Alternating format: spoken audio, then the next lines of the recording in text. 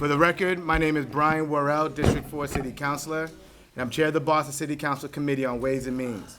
Today is May 28, 2025. It is 10:12 a.m. The Council's budget review process will encompass a series of hearings which begin in April and will run through June.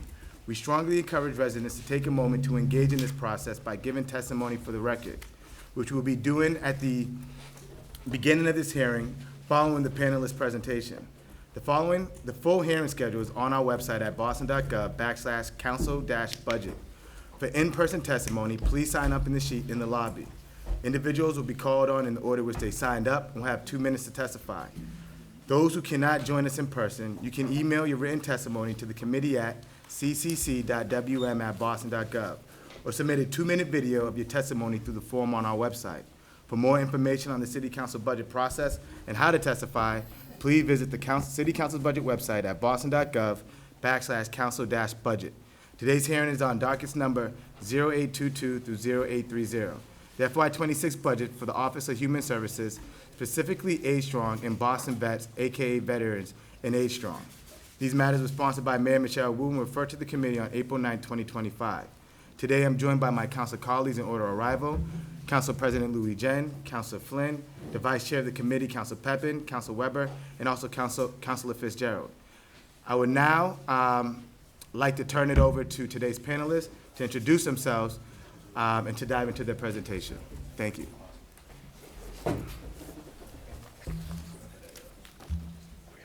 Sorry, I forgot. We're going to go to my council colleagues for brief opening statements, starting with Council President Louis Jen. Councilor, the floor is yours. Thank you, Mr. Chair. Brief, does that mean 5 minutes? That means 30 seconds. Thank you. Good morning. Thank you, Mr. Chair, for rooting us here in community. Good morning, Roxbury. Buenos dias a todos. It's been a joy to be with you all. I know we were supposed to be here last Thursday, but it was great to be with you all last Thursday and yesterday, and to be back here today. I want to thank Will and Raul and the entire staff here at the Grove Hall Senior Center for the work that you do to make sure that there's programming here. And I want to thank our amazing administration, our Commissioner Shea, Commissioner Santiago, for all the work that you do. My colleagues, we care deeply about our seniors and making sure that we are investing city dollars in programming. I was proud to do that in my first year. With our opera dollars, making sure that we are investing in senior programming. Now as president of the council and as an at-large city councilor, I know that it's something that we're going to continue to do on this body. So thank you for all the work that you do for our city, and we are happy to be here with all of you. Thank you. Thank you, Councilor Flynn. Thank you, Mr. Chair, and thanks for bringing us together here in the heart of Grove Hall as we talk about and discuss the budget for Age Strong and veterans as well. Veterans, African-American veterans, have played a critical role in this city and in our country. They don't get the respect that they earned, and that's something I've focused on as a district city councilor and as the council president. Respect for our veterans, respect for our seniors. They help build this city. They help build this great country as well. Honored to be here and to continue to advocate and fight for you. Thank you. Thank you. And the Vice Chair of the committee, Councilor Pepin. Thank you, Mr. Chair. And good morning, everyone. Again, my name is Enrique Pepin, Councilor for District 5, representing Rosno, Hyde Park, and Mattapan. And I'm just so thankful to be here in community to talk about two very important subjects, seniors and veterans. Doesn't get more important than that, honestly, in our city. I'm also just very thankful for our chair of this committee, Brian Worrell, to bring this hearing into the community. I think that it's very important to continue to do that so that we can actually be here with our folks and listen from you directly from the resources that you all need. And I just wanted to thank you all for being here. Thank you. Thank you. Councilor Weber. Thank you very much, Chair. My name is Ben Weber. I'm the District 6 City Councilor, represent West Roxbury, JP, Back of Mission Hill. I love how the city provides programming for seniors. And I have a lot of folks, especially in West Roxbury, who want a brick and mortar senior center. And even though I tell them it's very difficult to get it done, they point at Grove Hall and say, well, they got one at Grove Hall. So, the community coming together and getting this built is great. It also makes my life very difficult because I have to fight for the same thing in West Roxbury. I'll continue to do that, and I love having our seniors here and doing whatever I can to support them. Thank you. Thank you. Councilor Fitzgerald. Thank you, Chair Worrell. John Fitzgerald, District 3 City Council, representing Dorchester and a portion of the South End. Happy to be here for our seniors and our veterans today, and excited to get forward this meeting. Thank you. Thank you. Councilor Murphy? Thank you, and thank you to all the seniors, veterans who are here, who probably were ready last week in the rain, but I'm glad we were able to reschedule it and be here in community. I'm one of your at-large city councilors, so I wake up every day very proud to know that I represent all the seniors in the city of Boston and all our veterans. Two of my favorite departments in the city of Boston. You do great work, so looking forward to this conversation and hearing directly from all of you what you need and how we can do better and what we need to show in the budget to make sure that you're getting the resources that you need and the services from the city of Boston that we all know, and if we don't, we should know by now that you earned. It's nothing that we're giving out to you, that you've built this city for us, so thank you. Happy to be here. Thank you, and I'm just excited to have this conversation inside of Grove Hall, making sure that our seniors are centered in the budget process. So looking forward to the conversation, looking to hear from you, and also looking to hear from our great panelists. So now the floor is yours to introduce yourself and to dive into your presentation. Good morning, Chair Worrell, City Council President Louis Jean, and City Council members. Thank you all for this opportunity. I really do appreciate the opportunity to address you all and to address our neighbors here in Grove Hall. Accompanying me is Bella Giambuso. Bella Giambuso, Director of Operations. So again, before I begin, I would like to thank the council for bringing this hearing to the community. This past weekend, we observed Memorial Day. While it's it's considered officially a holiday, for me, it's not a holiday, it's more of an observance. The essence of this observance brings all of our neighbors together. And I just wanted to thank the city council members who participated in many of the events. This past weekend, I'm sorry, my phone went off. To all the many events that we had throughout the city, observing Memorial Day and honoring and remembering all our neighbors who didn't have the opportunity to come back from war dating back to the Civil War. So I want to thank you all for that. And talking about our military members, I wanted to also say that our veterans have demonstrated remarkable courage by answering the call in the times of national crisis and uncertainty. Next slide. So this is right here is our department's mission. The mission of the Mayor's Office of Veteran Services is to empower our veterans residing in Boston to engage in all aspects of community life fully. We actively engage also with military service members, our veterans, and also their families, and also survivors, ensuring that they are connected to the benefits, services, and resources that, like Councilor Flynn had mentioned, they have rightfully earned. A significant force of our efforts is, next slide. Go next slide. All right, so before I go there, I'll follow the slide presentation. Who we are. As you can see here with the Office of Veteran Services, the Commissioner, and we have a team of 15. Currently, we do have one vacancy that we are actively interviewing for that position. It's one of the Veterans Benefit Specialists. Recently, we had 2 hires, which is our Deputy Commissioner, Jared Estrada, and also our Director of Policy and Outreach, Ethan Bridges. Next slide. So I'm going to talk a little bit about some of our programs. Our main program is Mass General Law, Chapter 115, and this is the one where we focus on the most in our office, and this one provides a financial benefit to our veterans who are in need. There are certain qualifications that must be met for MGL Chapter 115. One of them is, of course, their time in service, which you can see there is either 90 days of active duty or 180 days of active duty during peacetime. This does not include training, active duty for training also. You had to have been on active duty with an active duty unit to be considered a veteran. What some of the veterans need to enroll, you have to be there's also limits, as you can see there. To enroll must be 200% of the national poverty level, which is something that we're trying to see and focus on. raising that because it's a very low bar. And also, of course, proof of residency and proof of income. One of the greatest things about Massachusetts here is that it's mandated that each city and town has a Veterans Services Officer to ensure that Chapter 115 is administered to all that are veterans in need. Next slide.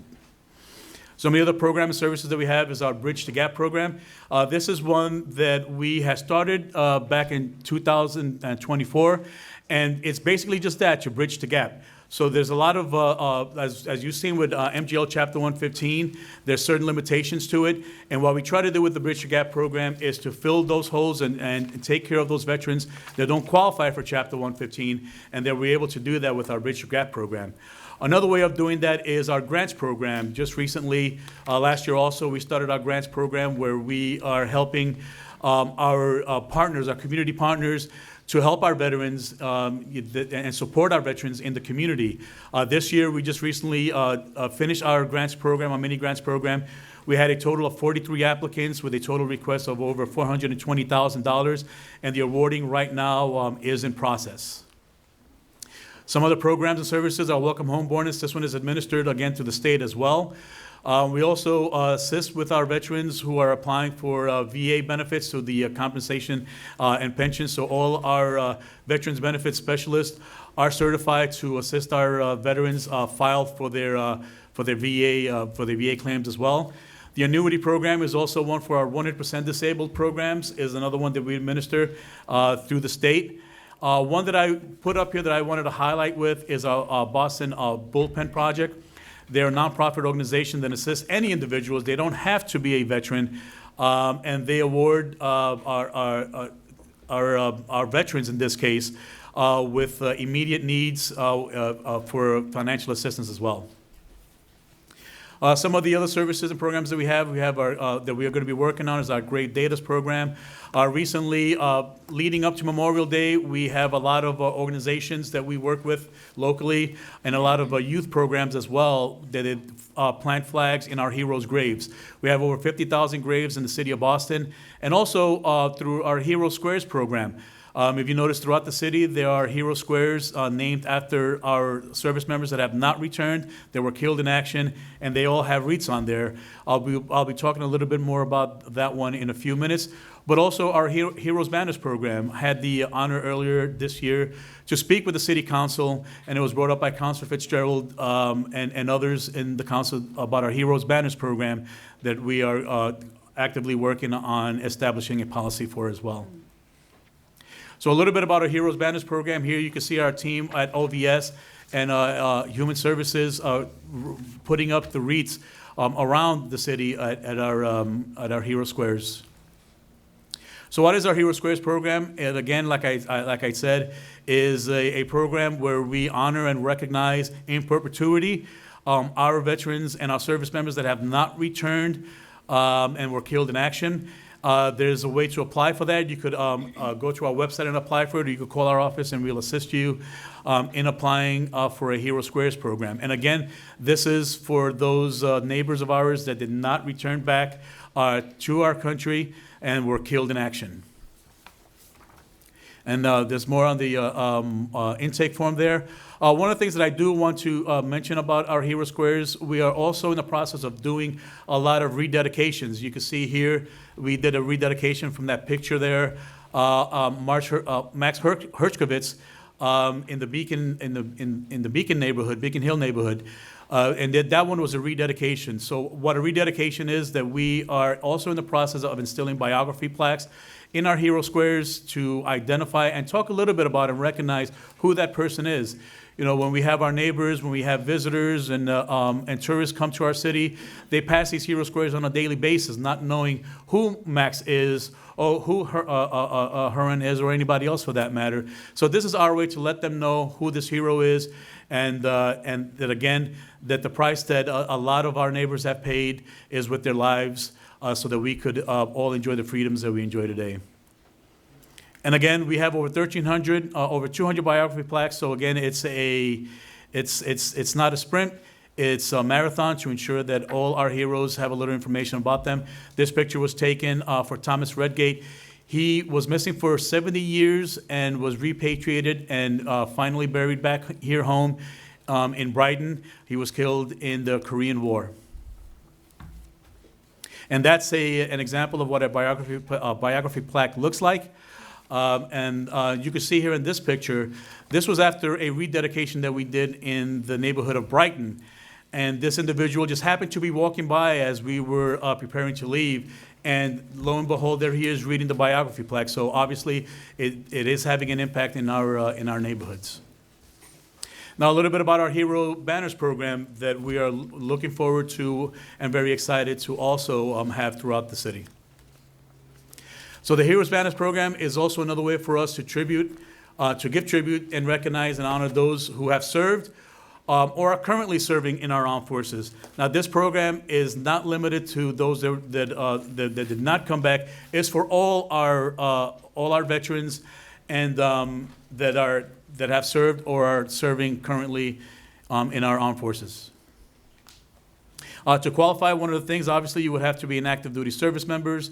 Again, we are going to choose the process that we do for our Hero Squares, not just for our Hero Squares, but also the chapter the Chapter 4 of the Massachusetts law, identifying who is a veteran, so that they could qualify for a Hero Banners program.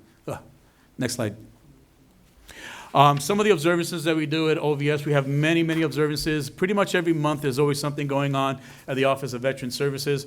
Our two main months, of course, is the month of May, Memorial Month, where we do the grave decorations and where we replace the wreaths on our Hero Squares, and also Veterans Month. Now, I want to make the huge distinction between both Memorial Day and also Veterans Day. Memorial Day and Memorial Month is a solemn occasion. That's where we honor and recognize all our heroes, all our neighbors, once again, that did not return back home. So it's a solemn observance where we recognize those that did not return. Veterans Month, that's the month where we recognize and honor all our veterans and we celebrate their service. So there is a huge distinction between both of them. That's why this past Memorial Month, we've had a lot of observances that happened in our cemeteries, like in Evergreen, and also at the Gardens of Gethsemane in West Roxbury. So we need to make that distinction. Memorial Month, as far as I'm concerned, Memorial Day, that is the most expensive day that we have in our country. And it's not because of material wealth, and it's not because of financial wealth. It's because a lot of our neighbors paid with their lives for us to have I can't even... The freedoms that we have today, I'm sorry. It's important that we make that distinction. Now, I understand that Memorial Day and Memorial Month, there's a lot of sales that go on, and I'm not telling you not to take advantage of that. Take advantage of it. That's the American way. But take that moment to remember all of those service members that didn't come back. We walk by their Hero Squares every day. We see them every day when we visit our own families in the cemeteries. So let's take that moment to understand and realize why we're here today. And it's because of them. They honored their contract to their country. We need to ensure that we honor our contract as a nation to them and their families and those Gold Star families as well. And for Veterans Month, sure, that's the month that you could thank me for my service. Thank me for my service in that month. But for Memorial Day, it's not about me. It's about those that didn't come back. And again, here's a lot of annual events that we have from the Office of Veteran Services. We have Gold Star Appreciation, two of them actually, one for Gold Star wives, but also one for Gold Star families as well. We're going to have a PTS awareness event in the month of June as well. So every month, there's always something going on in the veterans community because, like was mentioned earlier by the counselors, every demographic in our city, we all know a veteran, or we all know someone that has served from that community. So that's why it's important for us that every month that we have some sort of recognition in honoring all our service members and veterans and their families. More upcoming events. Again, it encompasses pretty much every month throughout the whole year. I keep talking about Hero Squares. We are having a couple of Hero Square dedications. The first one on June 11th is going to be one to Joseph Warren. Joseph Warren was killed in the American Revolution. He was one of the first major patriots that was killed in the American Revolution. And we are finally, after over 250 years, going to dedicate a Hero Square on his behalf in the Charlestown neighborhood. You know, the Warren Tavern, if anybody has been there, is named after him. The street is actually where the Hero Square is going to be at. Warren Street was also named after him. So it's a huge dedication that we're going to have for that as well. We're having dual dedications to two brothers that served in the Navy, Thomas Roddy and William Roddy from the West Roxbury neighborhood. We are doing a dedication for him as well. We also have two that are not up here that we just recently got. One for Ross McGrath from Hyde Park. He was an Army veteran from Korea, so we're working on his Hero Square dedication. And also for John Scapicio, a World War II Army veteran from East Boston. So once again, you can see all the different neighborhoods that we have an impact when it comes to these Hero Squares. Other standing observances, Vietnam Veterans Day, of course. The bombing in Beirut also affected us. We've had 9 service members that perished in that bombing as well. So there's every month, there's always something going on. So all this information is on our website. It's a living, breathing website. www.boston.gov/veterans. It's what we want to ensure and that everyone knows that it's a one-stop shop for everything veterans family related, and also for our active duty service members as well and their families as well. And with that, one last thing that I want to say, to the City Council, I work very closely with each and every single one of them. Each of them right here, they have a connection to the veterans community as well, either by serving in uniform, like Councilor Ed Flynn, or having someone who's currently serving, like Councilor Evan Murphy's son, who just graduated Airborne School, and now he's going to be in Special Forces. And also family members like Ruth's, the City Council President, cousin served in the Navy as well, and even Councilor Pepin was in a JROTC for the Navy. So it's a great pleasure to be working with the City Council and ensuring that our veterans are taken care of and their needs are met.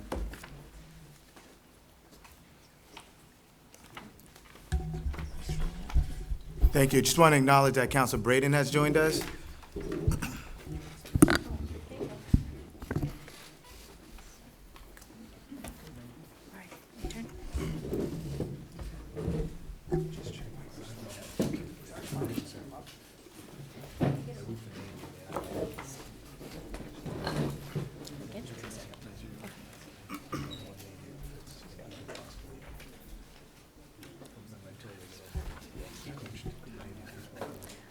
All right, good morning, everybody.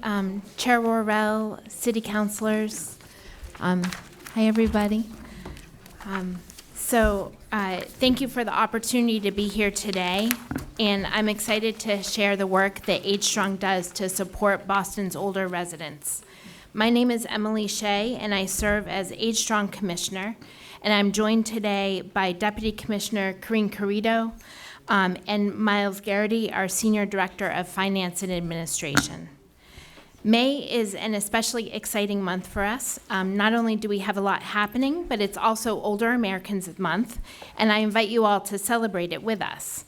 Older adults are out and about, as you can see today, enjoying programs, going to great senior centers like this BCYF Senior Center here, and attending events across the city. So I invite you all, it's kind of the end of the month now, but I know you also have been out and about, but I invite you all to stop by and visit a community program where I know you'll be warmly welcomed. Imagine a Boston that embraces aging, where growing older means growing bolder. At Age Strong, we're on a mission to make aging a vibrant, empowered experience for all of us. We believe that getting older should be a time of connection, dignity, and opportunity. Guided by a mission rooted in equity and justice and a vision that centers the voices of older adults, we work to remove barriers and expand access through enriching programs, accessible resources, and strong community bonds. We are proud to have built a team that reflects the diversity of our older residents we serve, and we've leveraged this rich diversity to meet their urgent and ongoing needs. Today, our team has more than 100 positions, with many staff who are bilingual or multilingual. Together, they speak over 11 languages, and I'm embarrassed to say I am not one of them, but I'm very proud to work alongside them. Beyond language, our team has an important diversity of skills and knowledge, but they all have two things in common: a respect for older people and a passion for making Boston a better place to age. As our team has grown over the past 2 years since we finalized our rework and benchmarking, we've invested in our talent, supporting staff through promotions and professional development and other opportunities for growth. We're incredibly proud of the progress we've made this fiscal year, and we're energized to build on that success for FY26. Boston's population is aging rapidly. We've seen nearly a 50% increase in residents over 60 since 2010, and that trend will continue. Our older population is not just growing in size, but also in diversity across race, language, income, and lived experience. This demographic shift, in addition, we know that 70% of people age 65 and older, and 44% of our older couples have less income than expenses. So 70% of people living alone and 44% of older couples. This demographic shift toward an older population and high economic insecurity underscores the urgency of expanding resources and services so that we can all age with dignity, security, and opportunity. We are working to expand the pool of resources that we have, especially for transportation and programming, so that we can more fully meet the needs that we see in the community. And I want to publicly thank our state and federal partners in government for the House budget earmarks and the federal earmark submission to expand available senior programming in Boston.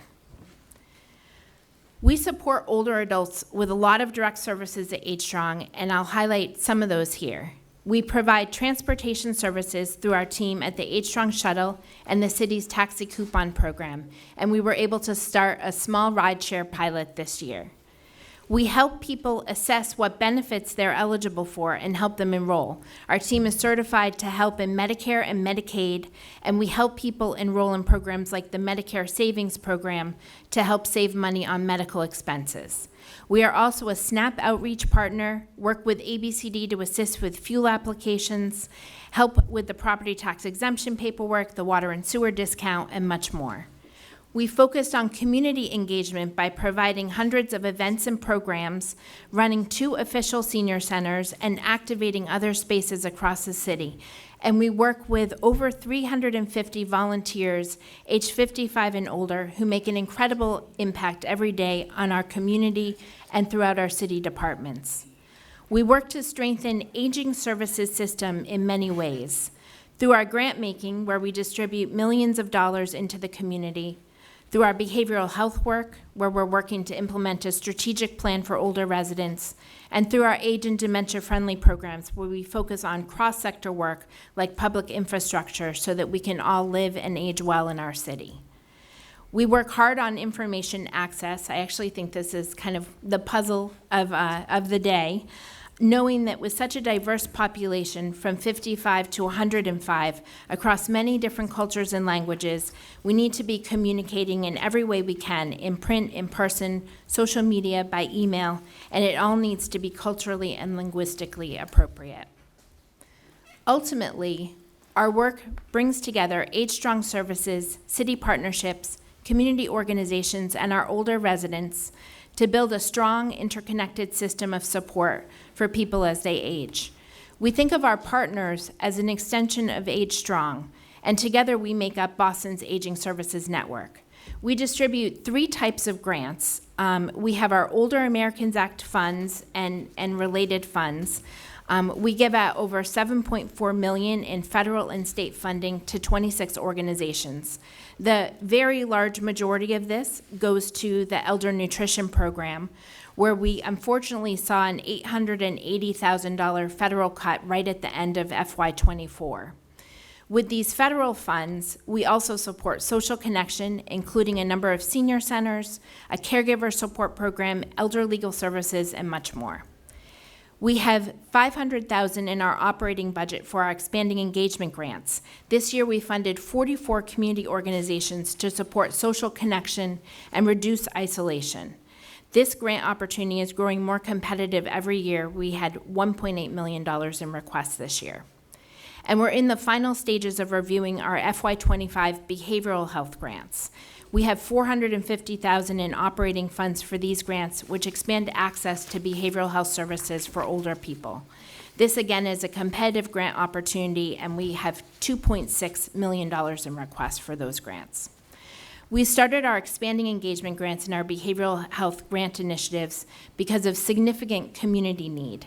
And just a note, we think they're incredibly important because there's very little philanthropic support for older adults beyond our funding that we're distributing into the community. So there are not a lot of foundations giving to this issue area. Staying active and socially engaged is essential for older adults' health, yet 1 in 4 older people in the U.S. face social isolation. Studies show that participation in religious, sports, cultural, recreational, and volunteer activities can offer an antidote to isolation. We all know that social isolation is like smoking, has the same health impact as smoking 15 cigarettes a day. So these vital connections and sense of purpose are so important for people. Our goal is clear: to ensure that every older adult in Boston has daily access to welcoming, inclusive spaces, like right here at the Grove Hall Senior Center, that foster physical health, social connection, artistic expression, lifelong learning, and overall wellness, empowering them to thrive. Over the past couple of years, we've significantly expanded programming for older people across our city. This year, just at Age Strong, not counting our partners, we'll provide 3,000 hours of programming across neighborhoods, tripling our FY24 total. And that doesn't count our 2 senior centers that operate kind of regularly 5 days a week, all day long. We have activated new programming sites in Jamaica Plain, Roxbury, Dorchester, and the South End and the West End, and are adding an additional day in West Roxbury. And we're doing lots of fun things that I think folks have heard of before, like rowing, game days, improv classes, and creative aging programs that are funded by our partner, Goddard House. We invite you to join us for some of these events, and especially our big events, but make sure to bring your dancing shoes. We were also focused on economic security this year. We did 20 health enrollment events and 19 benefits access clinics across all neighborhoods of the city. We think this is such a critical piece, expanding outreach in neighborhoods and citing our work in community where people can easily access us. And through these clinics, we helped over 1,000 people who together are now saving over $1 million annually for their health care. This year, we made major strides. We've been doing our regular needs assessment driven by community input, and we partner with this work with our UMass Boston Gerontology Institute partners. We've done 22 focus groups, 17 neighborhood listening sessions, and folks in the community, and we are really appreciative of all of you, have completed over 2,000 surveys. Throughout this process, we made sure to seek out and provide access for people who speak languages other than English and those who have less access. So, for example, we did our final listening sessions last Friday, one in partnership with Deaf Inc., where we had ASL interpretation, and another where we were doing a listening session with a group of Somali older adults. From what we learned, we updated our area plan. This is something we're required to do as a federal agency on aging. And we are beginning a community-driven process to update our broader plan for aging in Boston, which is our age and dementia-friendly plan that we plan on releasing later this year. We've certified Boston businesses as age and dementia friendly. They've undergone training and committed to making small but meaningful changes to placing products where people can reach them, opening up access to their restroom, or enlarging their menu print. And we've worked hard to recruit volunteers, so many, many thanks to our older volunteers who give over 90,000 hours of their time yearly to make Boston a better place for everybody. And we are thrilled to have 20 new property tax work-off program sites, so we're very grateful to our city partners for that. We also graduated another cohort of Civic Academy graduates and launched year-round civic opportunities for all of our graduates. And we now have 60 graduates of that program. So we've done a lot, but we certainly have a lot to do this year. So we wanted to highlight a couple of things that we're hoping to accomplish in the next year. This year, we will finally get our Community Ambassador Program up and running. I feel like I've said that here before. But we now, I'm thrilled that we now have the staffing infrastructure to support the launch of that program. And we've been working over the past 6 months with our UMass Boston partners to create the program infrastructure. So over the next few months, we'll be recruiting 5 out of 15 positions. These will be older adults who will serve as liaisons to help us better reach and serve diverse communities. And once we work out some of the kinks, we'll recruit 10 more ambassadors to round out that program. This year for transportation, we'll develop a citywide strategy and modernize our systems for transporting older adults around the city. This means beginning the process of modernizing our shuttle and taxi coupon program and expanding on our very successful rideshare pilot. We will also be out in community even more now than ever before. Now that we have a full team, or an almost full team, we hope to be doing more neighborhood office hours, more events, and more overall presence in the community. We don't want people to have to trek downtown to City Hall if it's closer for them to get to a neighborhood location. And finally, we must keep building out our programming. Older adults deserve the same access to learning, creativity, and joy as everyone else. None of us should have to age in isolation. We have come a long way in Boston, but we have a very long way to go in this area.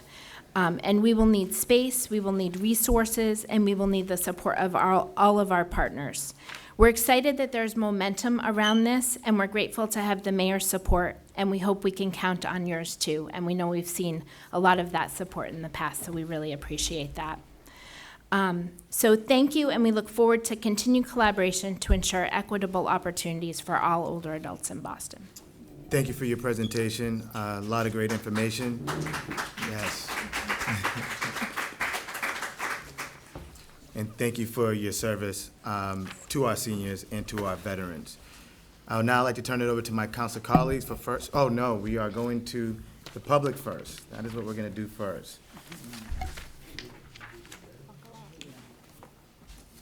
We will now have a round of public testimony. You can testify here in person by signing up on the sheet in the lobby. And when your name is called to testify, please step forward and introduce yourself into the microphone.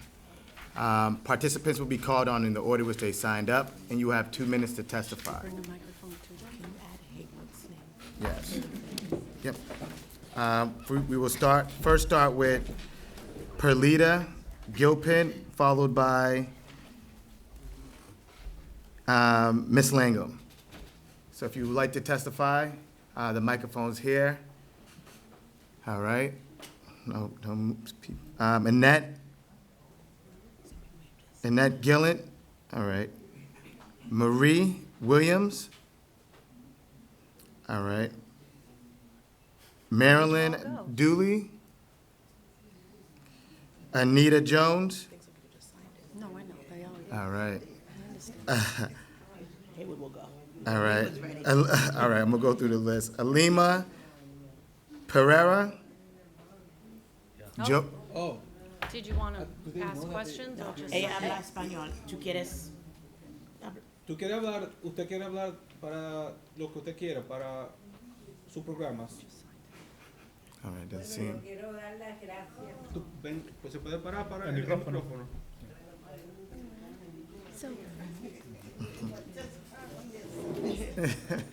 Oh, they were gonna bring the microphone to them. Brian, do you want me to walk a microphone to them so they can stay in their seat? She's gonna. We'll do that. I'll ask that afterwards. She's going to do translation. Yeah. Yo quiero darle las gracias por la acogida que me han dado aquí.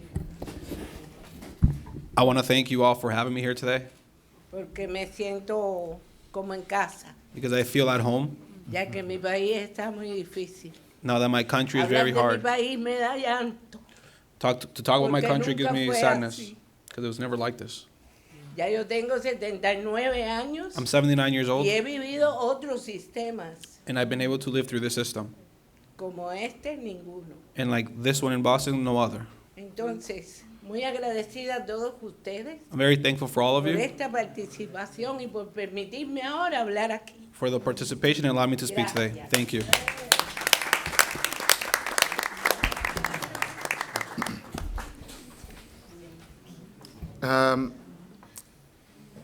If it's all right with central staff, if you want to testify from your seat, we can bring, I don't know if it's a cordless microphone, but we could, it's not, okay, so we can't bring the microphone. Seniors know how to speak up. Yeah. They can speak. Say that again? They can speak loud. Okay, we will try to get the microphone to you if you want to testify from your seat.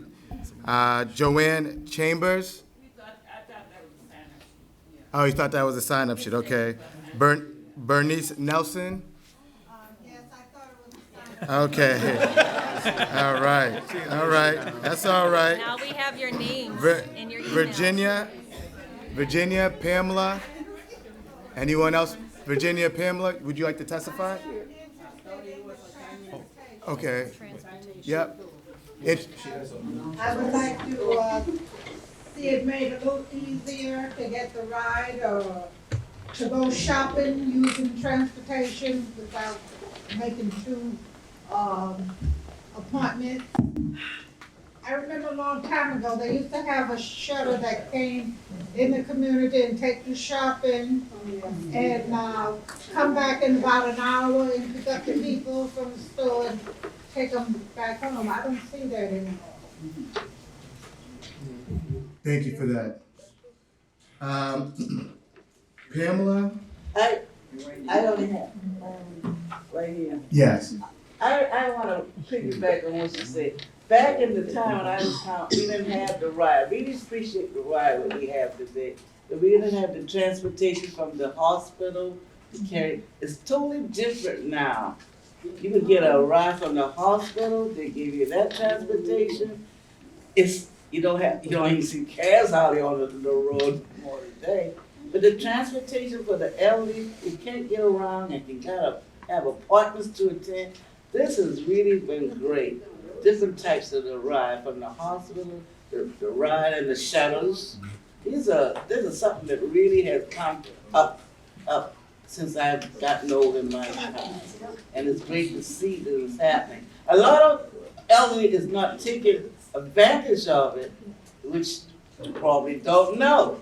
You know, there's people that don't know a lot about things that are going on too, you know. They're not in, but people are not explaining it to them. So we need to be out there to help them to know this, to give them that. And see a lot at the bus stops. You know, a lot of elderly, you know, they don't know this. I think we need to get it out to them. You know, more information out. Thank you for that. Ms. Barbara Critchlow? Yes, ma'am.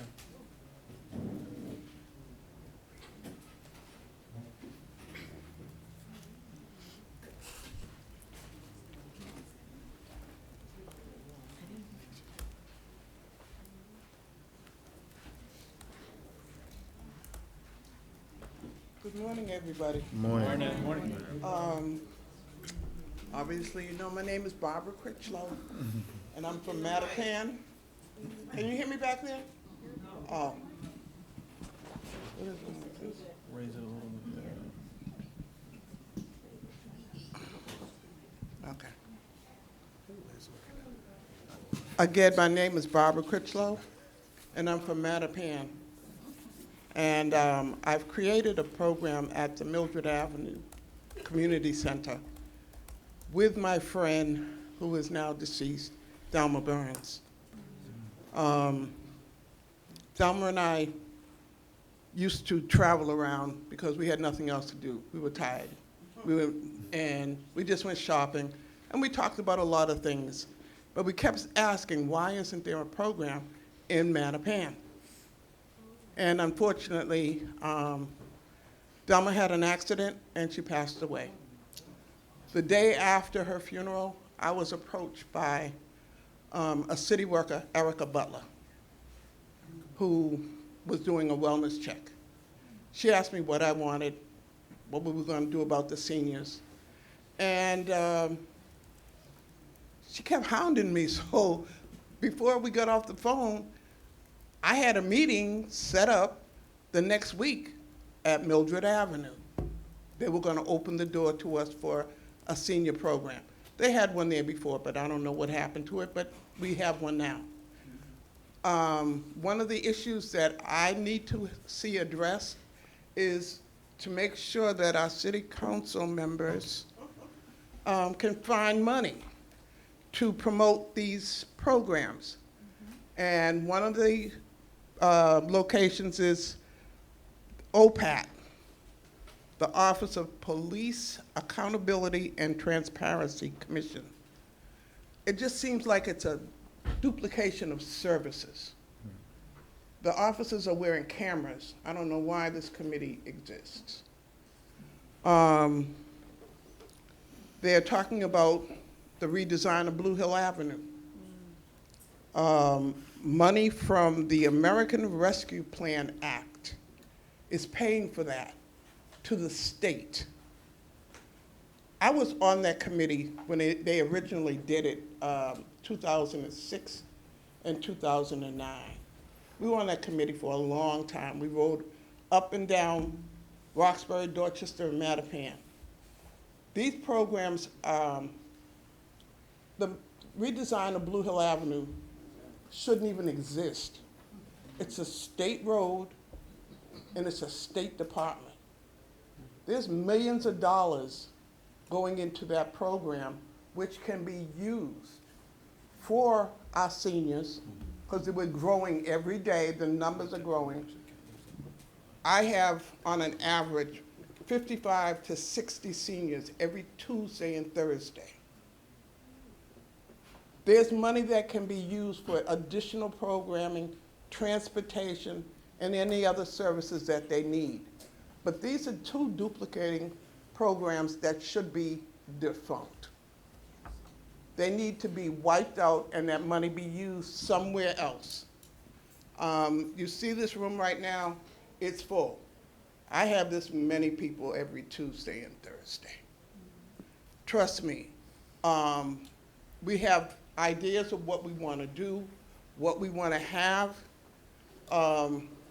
We're being slapped around with some of the city programs, but even that could have been a softer blow, especially with the property tax increase, because it hurt a lot of our seniors. You need to go back and see if we can find some of this money. And I'm sure the seniors will appreciate it. Thank you.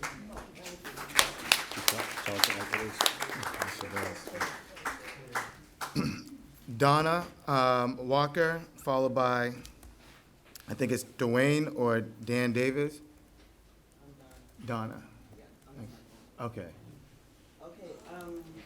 I think that Age Strong is doing a great job, and they have provided a whole lot of different programs for us and everything.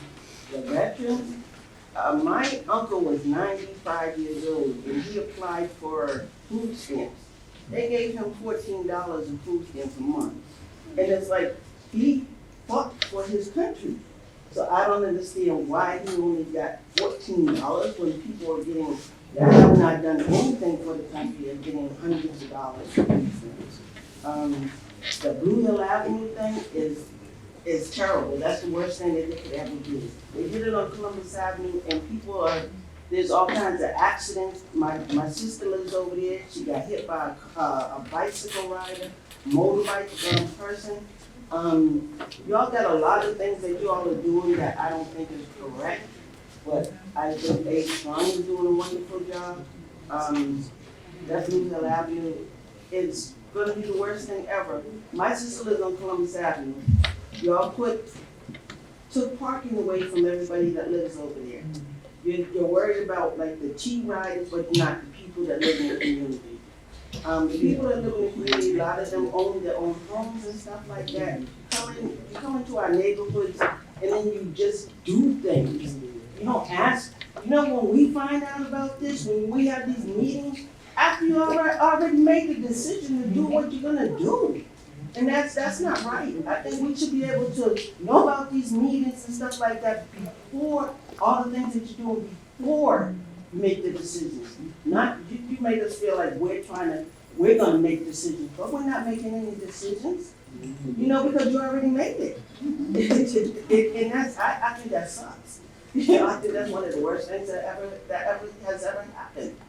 I mean, my mother was a community activist, and she was one of the people that was always speaking up for the community and everything like that. She was there before you made the decision. And now it's like all the decisions are made way before you even tell us about any meetings. And that's all I gotta say. Thank you. Hey, absolutely. Haywood? Well, thank you so much. I just want to thank the people from the community that came out today for this hearing about what the city council can do, not only for the community, but for us, the veterans. Before I say anything, I just want to tell you what happened the other day, and I'm a person that wants to keep everybody informed about the veterans. In the General Edward O. Gordine Park last Monday, we had a small group of veterans and family members that set up a table to have some food to eat. There is a problem in that park, and people just sit around and don't understand the significance of why that park is there. They came over to the table asking, and then really being insulted to the folks that was having the little get-together because they wouldn't give them their food. They was drinking, and they was stinking, and one of them went up to the base. You gotta see this park to understand what I'm saying. It is a beautiful park for our community and not for people to urinate openly behind a piece of the art. And the police station is right across the street from the park, and they have these cameras, I'm sure, these surveillance cameras that could look into the park to see what's going in and what's coming out to make sure that it is a safe place for our community. Now, I'm asking you guys who know me to see what can be done to make that a safe place for our community so that our young people in the surrounding schools and surrounding programs can come there to find out about General Edward O. Gordine, a black man who was a judge, who was an Olympic star winner. He was from Massachusetts. He was the first African-American to become a general in the National Guard. This is the kind of information that we have there. We're trying to get a program to bring in young people so they can be guides for people that's going to come in to our community, like they go downtown to see the 54th statue. That's what we're trying to do there, okay? Now that's the first thing I want to say. The second thing is that veterans are an overlooked and underused community resource. And I want to thank Ed Flynn, I want to thank the commissioner, I want to thank the folks here that I email all the time about veterans, because, you know, if you don't make no noise, you're not going to get hurt. You know, and veterans represent more than noise. We sacrifice our lives. A lot of them come back not the same person, male and female, that they were when they left. I raised my hand. I can't put my hand down because I served. I think that this council, in the budgetary hearing, as it relates to the Veterans Commissioner's Office, should have more money. Because look at what we need in this community for the veterans that do not use the VA. Triad Veterans League did a scientific survey, to show that there are cultural, the lack of cultural sensitivity keeps our veterans from going to the VA and come instead into the city-run medical providers, and that does something with a cost analysis. We need to be more careful about how we treat our veterans, because veterans need a recovery center right in our community.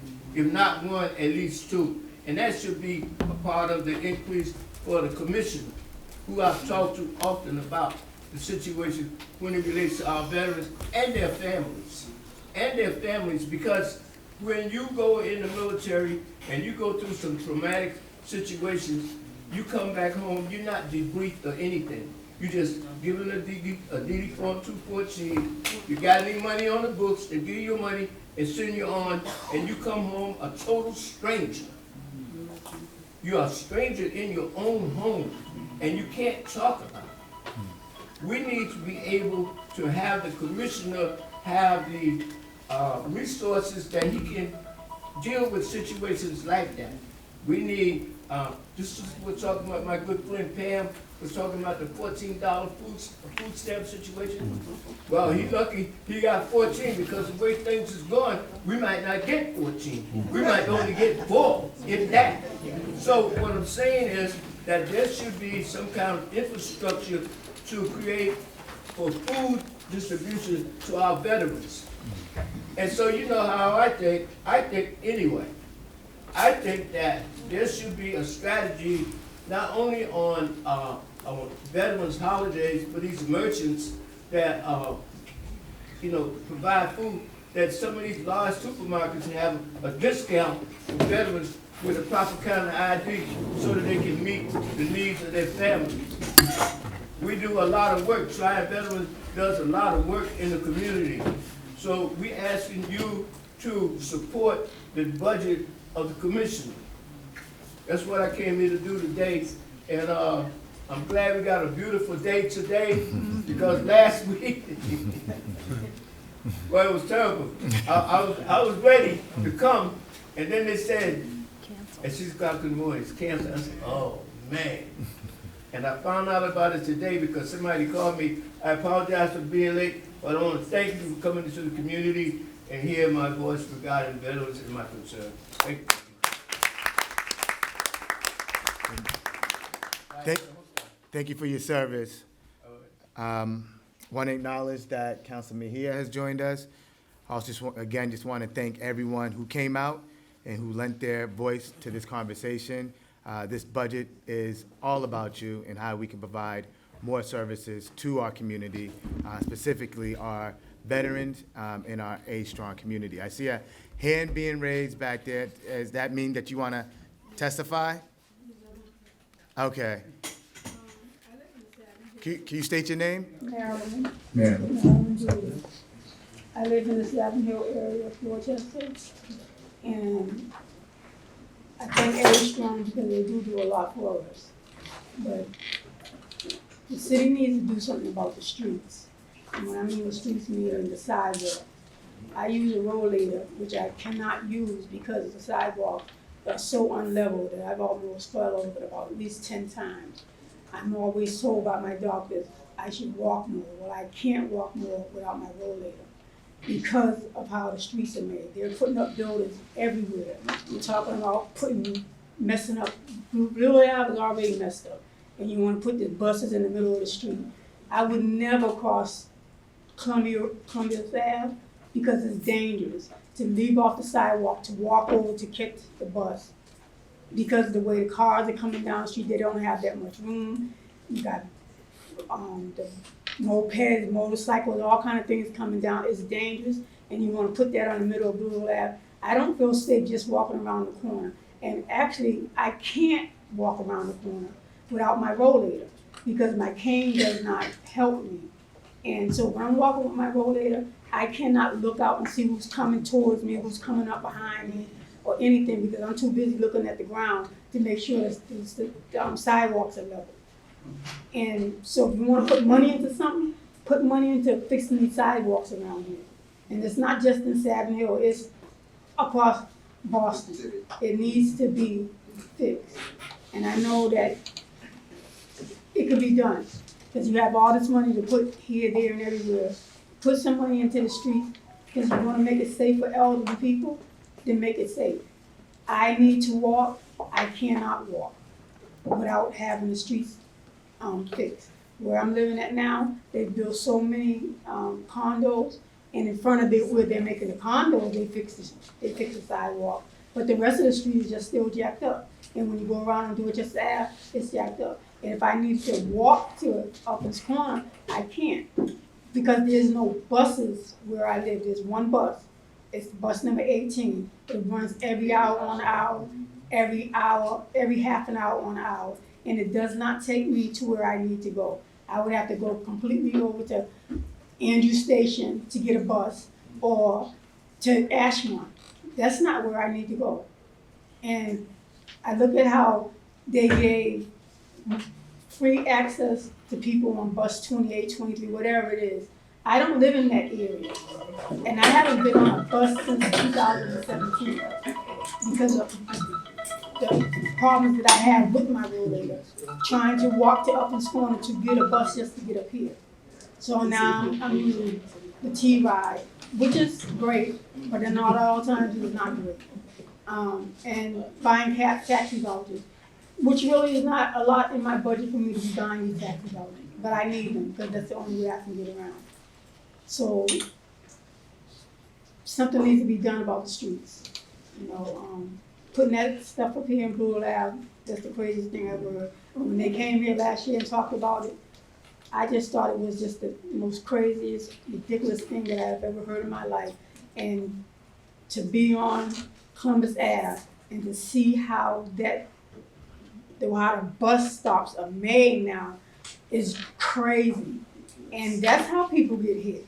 I would be scared to step off the sidewalk. And especially if I had a rollator trying to get off the sidewalk to get to the middle of the street to catch a bus. Bus should be caught at the corner, at the curb where it needs to be caught, not in the middle of the street. And that's all I have to say. Thank you. We will now go to my council colleagues. Oh, you signed up? Okay. Did not, yep. Go ahead.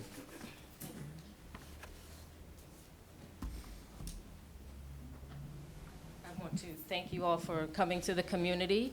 My name is Danae Davis. I am an older adult taking care of an even older adult. I've learned of this particular place, I think, 3 years ago in trying to find resources for my mom, who is now 95 years old, probably mid-stage Alzheimer's. And it has been a lifeline in helping me identify and locate resources for her. I do want to apologize for my dress today. I learned, I think, through Office of Food Justice about a raised bed program for my mom, so I'm trying to get the garden together for her. I'll just move to my statements. And I also want to echo, too, we had some difficulty accessing resources through Veterans Affairs. My mom is a spouse of a veteran, and we didn't get anything. So it just was not a good thing. And then to your point about programs, I'm wondering, and I didn't hear much about intergenerational opportunities. We know young people are looking for resources, ways to grow and contribute, and there might be a way to bring some of that young energy with some of the older energy.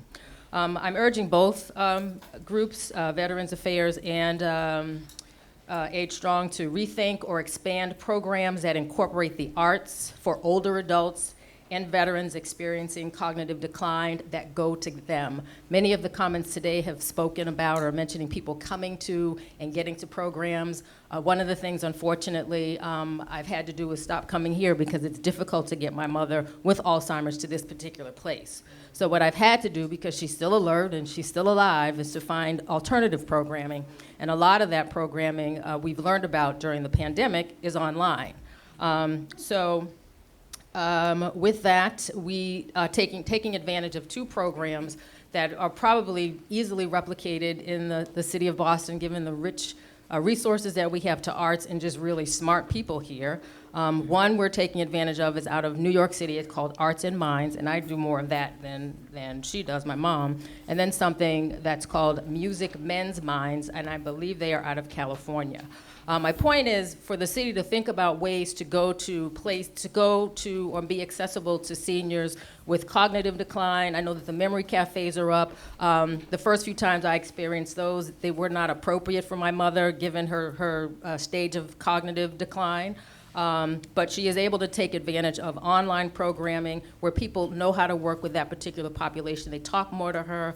I've even noticed with one of the programs that we participate in, it's less of a hands-on thing and more of a interactive or didactic experience, but she can take advantage of that. The city does offer some online programming even through this center, but it is more designed for people with less cognitive decline, like myself, than my mom, who, as I shared, has frontal lobal dementia. Regarding the programming previously mentioned, these happen weekly, and she is able to take advantage of them free of cost. But my mom is, as a retired Boston Public School teacher, I believe she taught in the city for 35, 37 years, third grade teacher, and maybe has taught some grandchildren and your children here. She should be able to receive these services in her home in Dorchester because this is where we live and we still pay taxes here. There is a ton of research that supports there's a ton of research that supports the cognitive and social benefits of blending the arts for people with cognitive decline, even for us, right? For who our decline is still kind of high. The city is rich, as I shared, with private and public resources, and I really urge the council to increase online virtual arts experiences for older adults, right? Specifically with memory decline and cognitive decline. Again, I thank you so very much for being here. Danae Davis from Dorchester.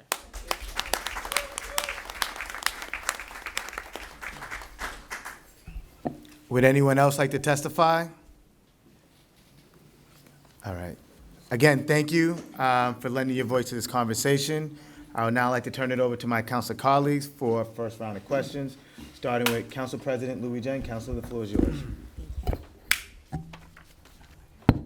Thank you so much, Mr. Chair, and thanks again for bringing us out here. Thank you to all of our older adults who offered testimony. I think it was very important for us to hear from you all before we asked our questions. And I also just want to thank so many people like Haywood, who have served and who've offered testimony about the difficulty in accessing services. I want to thank you, Haywood, also for raising the Pan-African flag, for recognizing Malcolm X's birthday. All of that shows why Gordon Park here in the heart of Roxbury is so important, to have those spaces where we can celebrate and honor those who've done the work before us. I have a question for Commissioner Santiago, because we've had hearings, I think one that Councilor Flynn sponsored, where we've heard from people talk about, especially our Black veterans, talk about experience of discrimination. Once they've served this country and they come back and they're not able to get the resources and services that were provided to them, a lot of it is because of systemic discrimination and racism that people face when interacting with the VA. And so you here at the city who's trying to be very open and welcoming and trying to be accessible. How are we helping to reverse that sense of discrimination where people who have earned their benefits don't feel comfortable going to the VA? What are the work that you're doing on the local level, especially for Black veterans, to help them in accessing benefits in a system that has been sort of harsh towards them? Well, thank you for that question, Council President. And Brother Haywood, thank you very much for coming and voicing and elevating, once again, your powerful voice as a veteran in our community, especially as a Black veteran as well. Here in the city, every day, we try to elevate our Black veterans, our underserved veterans. I myself am one as an LGBTQ Puerto Rican as well. And it's a tough fight when you're talking about the federal government, especially with the administration that currently took office. So that's why it's very incumbent and important upon us to keep these lines of communication open, but not just words, but also, take action, with that as well afterwards. So working with our community partners, working with nonprofit organizations is vitally important to our office to ensure that our veterans are taken care of, and that we bridge that gap. I mentioned that word before, and that's one of the reasons why we have the programs that we have to bridge the gap, why we're also working through the grants program as well to ensure that the organizations that are taking care of our veterans are getting the funding that they need so that they could take care of our neighbors that are underserved, that are taking care of our neighbors who are also veterans that are underserved and their families as well. That's why that grant program and the Bridge the Gap program is so important to us, so that way we could take care of each other here at the local level, and when we need to voice our opinions and be at that fight with the federal and state level, that we're there as well. But we here in Boston are doing what we can to lead the way for our brothers and sisters from other communities to follow behind us. Thank you, Commissioner. And you mentioned the grant program, and the grant program is one of the newer things to your office, and I've been happy to support that. I think grant programs for all of our offices is really important. Can you talk about what the line item is amount for the grants program that works in partnership with different veterans organizations like VFW Post if they need assistance? Talk about what that line item has been able to do and whether you're looking for increases, because I know that we'd be happy to support making sure that community-based organizations and veterans organizations are able to access those grants at higher amounts. Thank you, Madam President. So that line item, we try to make it as broad as we possibly can. Everything, from healthcare access to financial access. I believe the Triad Veterans also has an application that we're also looking into as well. I know Haywood has actually come down to our office, and Bella was there helping him out with his application. So we try to make it as broad. But looking at here on the actual application itself, to cover housing, to cover transportation, health and wellness, upward mobility when it comes to financial services as well, legal services, and also to your point about educational and historical programming that includes the arts. That's all part of our mini grant program that's all in there to help our veterans. And like I said, we had about 48 different applications that we're vetting through right now to ensure that that the monies that we do allocate go to those programs that are going to positively impact our veterans and their families here in the Boston community. Thank you, Commissioner. Thank you for all the work that you do. I just have one more question, and that's for Commissioner Shea. A lot of people in this room talked about transportation and talked about the ride. And I know that I think you do incredible work. Always need dance shoes at a Age Strong event, and oftentimes you're busing senior or older adults in so that to make transportation easier. But in the day-to-day issues that residents face, whether it's the sidewalks that are uneven, making it hard, creating mobility issues, or accessing, the ride, what is your office doing to help alleviate some of the transportation needs of our older adults? Sure. It's a big question. So I would say from kind of the physical infrastructure point of view, we work hand in hand with Transportation and Public Works to try to resolve any types of situations like that we see. So for example, if we heard a complaint like that, and we can grab your contact information afterwards, but we would go out on site, kind of understand the sidewalk she's looking at, see if we can work with our city partners to try to get those issues resolved. Overall, we know that we have many, many miles of sidewalk, and the city probably doesn't have the budget it needs to kind of redo them all at the same time, but we try to work with our partners to get those things resolved. We also do, I heard folks talking about the ride, which is run through the state. We do help people access the ride by helping with applications and helping navigate the process. It can be hard. You have to go for and be seen by a physician. You have to do a whole application. So we help people navigate that application. We also, as you know, run the Age Strong Shuttle. We're looking at how we can expand that. We've heard older adults saying that they want access to additional hours of service, that they want to be able to go other places. We're looking at whether or not we could partner potentially with some of the hospitals that we drive to try to bring in some additional funding for that service. So then if we can bring in some funding for medical rides, maybe we can expand our social rides that we're doing with that program. We're also, now that we have our newest senior director on board who's overseeing in part our transportation, we're going to look at whether or not it makes sense for us to become a Medicaid provider, whether it makes sense for us to be accepting insurance payments for medical rides, and what the infrastructure for that would look like. We're also looking at how we can bring in additional funds through partnerships and sponsorships for rideshare, and we're looking at how we can we'd like to create an overall transportation plan. So understanding, we've heard a lot from our older residents about how they want expanded access to get to places and expanded times. And so how can we create an overall strategy instead of thinking about it like shuttle, taxis, rideshare, MBTA ride? How can we really think about it more holistically and figure out with our limited budget how much money we put into each service? So, Thank you. And thank you to both commissioners for your work for our veterans and our older adults. Thank you. Thank you, Mr. Chair. Thank you, Council President. The chair recognizes Councilor Flynn. Councilor, the floor is yours. Thank you, Mr. Chair, and thank you to the commissioners that are here, Commissioner Shea, Commissioner Santiago. I think both of you do a very good job representing the city well. I had the opportunity to get here early this morning and talk to many of the seniors that were here already, and I had a good opportunity to really listen to what your concerns were. I do want to highlight a couple of issues that might be helpful to this conversation. One, I agree, we have to increase the veterans budget in the city of Boston.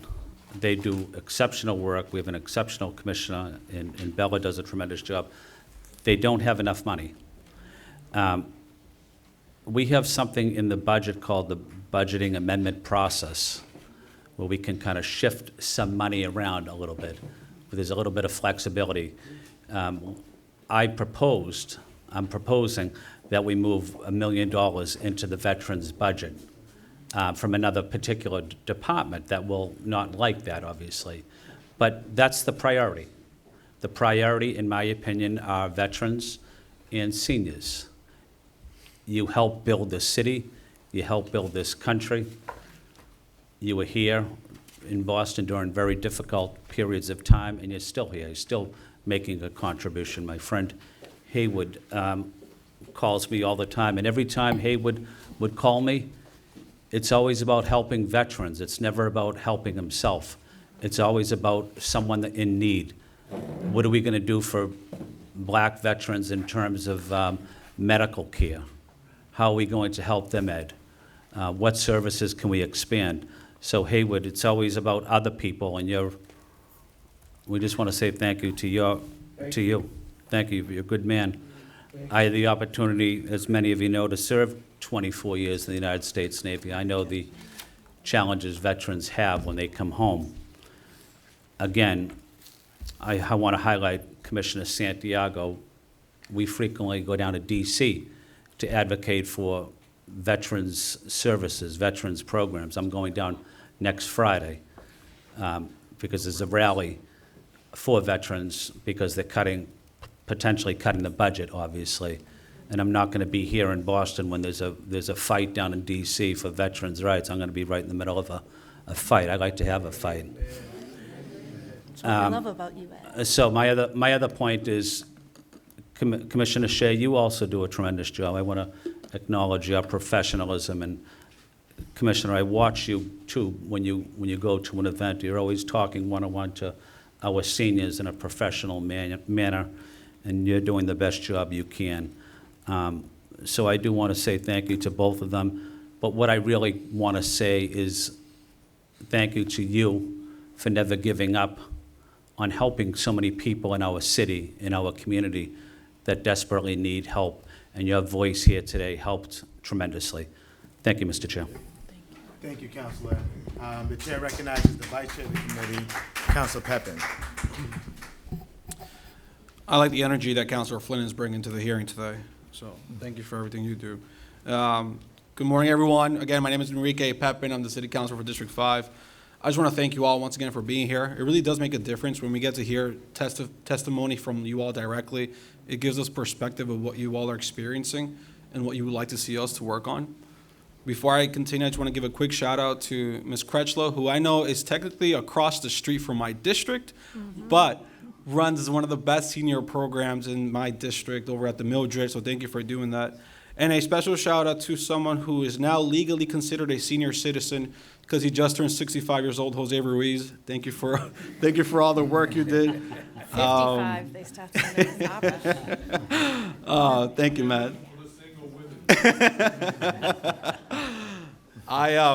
Before I dive into questions to the panel, I heard a point about sidewalk safety. It's been one of my top things. I'm the chair of city services, so I like to work with Public Works about that. If you ever see a sidewalk that is uplifted or broken by the tree roots, I've literally seen sidewalks that are like that, so they're impossible to walk on, please report that to our offices, to 311, or just call someone in City Council. We can work with Public Works Department to make sure that gets fixed. I've been able to get a few of those fixed in my district. So please, if you see that, please let us know, because they will go out and fix those. All right. My questions for Commissioner Shea. First of all, I just want to thank you. I want to make sure that I elevate the concerns of the transportation access for senior program in our city.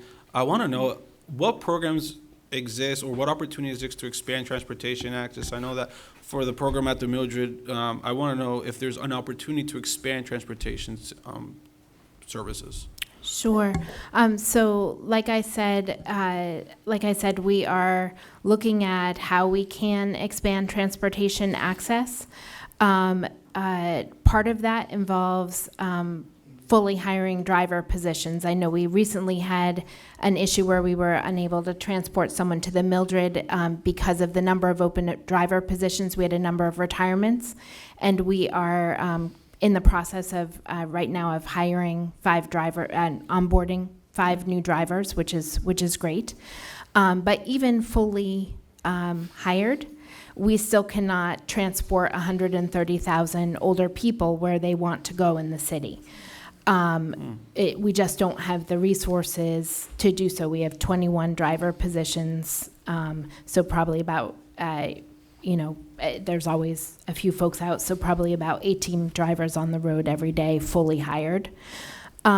So we are looking at, as I mentioned, if there's an opportunity to bring in additional dollars for medical rides through billing insurances, but there's a billing insurance infrastructure that needs to go along with that. So we actually, now that we have hired our new senior director of direct services, he's going to look at whether or not building out that infrastructure would make sense to bring in those additional dollars. We also are looking at if there's an opportunity to create partnerships with hospitals. We know that hospitals are stretched pretty thin right now, and especially with all the changes at the federal level. However, we are doing a lot of free rides to hospitals, or free for the hospitals, free for the older adults, not free for the city. And so we're looking at if there's an opportunity there to create some hospital partnerships to be able to pay for some of those rides. We also are looking at our overall transportation funding and how we think about and where we put our dollars. So right now we have the taxi coupon program, we have the shuttle program, and we have the rideshare program, and we're trying to see where how we, if we're putting the resources into the right buckets for that. We know that people want additional access. We're just trying to figure out how we can create that on the budget that we have. I don't know that we have all the answers to that, but those are some of the things that we're going to be trying. Okay, thank you for that. That's probably something that I'll be advocating for in my budget ask to increase transportation funds for you guys. So thank you for sharing that. Yeah, you're welcome. And I would just say the two areas that we're really looking to grow are our transportation and our programming dollars as well, both through external funds and kind of anything we can do internally. Yes, that program in $1 is something that I would like to see expanded as well. So thank you for sharing that, Commissioner. In regards to tax season and when seniors are receiving their tax bills for the year, I received a few questions, concerns from residents, and I was able to connect with you, so you helped me a little bit, but I wanted to know, what is your relationship like with the assessing department? Because there were a few situations where properties were wrongly assessed, so it had to get corrected. So I want to know, is there sort of like a partnership with your office and their office? There is a partnership between our office and assessing. I would say that it really is around the applications. So what our constituent services team does is help create help with application assistance for a wide range of programs and benefits. And so we do that for the property tax, both the 41C elderly exemption and the deferral program, property tax deferral program. In terms of if someone came to us thinking that their house was wrongly assessed, we would have to reach out to us. We would have to refer them back to assessing, but we would hope to kind of create almost like a warm transfer, right? So that we made sure that we weren't just saying go upstairs to assessing, but that we were helping people navigate and get that assistance. Okay, thank you for that. Yeah, I know tax is always an issue for a lot of folks, so I appreciate that. Yeah, and I would just flag a couple of other things. So we are always looking at like what are the opportunities for advocacy, both at the state level, right? Because the 41C elderly exemption, the city has taken that as far as that can go. I know that the council put forward something to a home rule petition to the state to increase the income and asset guidelines for that. We are certainly also advocating for that. Because we want as many people to be able to take advantage of that as possible. We also are helping to screen people for a state tax credit that we know is underutilized called the Senior Circuit Breaker Tax Credit. So it's not directly related to your property taxes. It's on income. It's a credit on income taxes that you could be eligible for even if you don't have to submit for income taxes, even if you're below the amount you need to submit for income taxes. And we want more and more people to understand what that is and be able to take advantage of it. Okay, thank you. I don't have any more questions, but I just have a comment for Commissioner Santiago and your team. I just wanted to thank you publicly for all the work you do. I was very pleased to hear of just the work you're doing with the veterans in my community and extend an invitation to your department. I was just over at the American Legion Post 78 in Hyde Park for Memorial Day, and they were interested in doing like a coffee hour with the counselor. So I said maybe we could team up with your department and do that. So I would love to extend that invitation. And to anyone in the room, if you know of a friend or someone that's looking for a nice part-time gig in the city of Boston, there's 51 openings right now for the crossing guard positions. We need more crossing guards. So if you know anyone that is looking for an opportunity, please feel free to reach out to me or any one of your city councilors. It's a good part-time gig. It's 3 hours a day for 5 days a week. So I always like to plug in that opportunity. So thank you all for having me. It's a pleasure to be here. Thank you. Thank you, Councilor. The chair recognizes Councilor Weber. Councilor, the floor is yours. Thank you very much. I'm not sure this is citywide, but you can volunteer to work as a crossing guard, which I'm doing at the Curley School on Friday. Not to one-up Councilor Pepin, but you could get paid. Okay, well, yes. I'm not getting paid, but I know at the Curley they're looking for help because one of the crossing guards is out on a disability, and so where the community's chipping in. But I guess Commissioner Shea, I think I think there was a facilities kind of, or Age Strong partnered with a consultant about recommendations for how to provide more senior programming. And the number one suggestion was more space like this. And I think the state has a recommendation for number of square feet per senior. We don't have that. I mean, so how are you attacking that issue to provide space? And I know we have a pop-up at the Elks Lodge in West Roxbury, and JP Spontaneous Celebrations hosted a great gathering. So I wonder how you're dealing with that. Sure. So you're right. Space is a significant challenge, and Age Strong as a department does not have a lot of space, but we are partnering with our BCYF partners, our community centers. So we're thrilled, that this program exists here. When the new community center opens across the street, there'll be even more room in there for programming for older adults. We're partnering with some of our libraries to see when we can use their rooms. So kind of already existing senior buildings. Sometimes those run into challenges during vacation weeks and summertime when the space is needed for youth.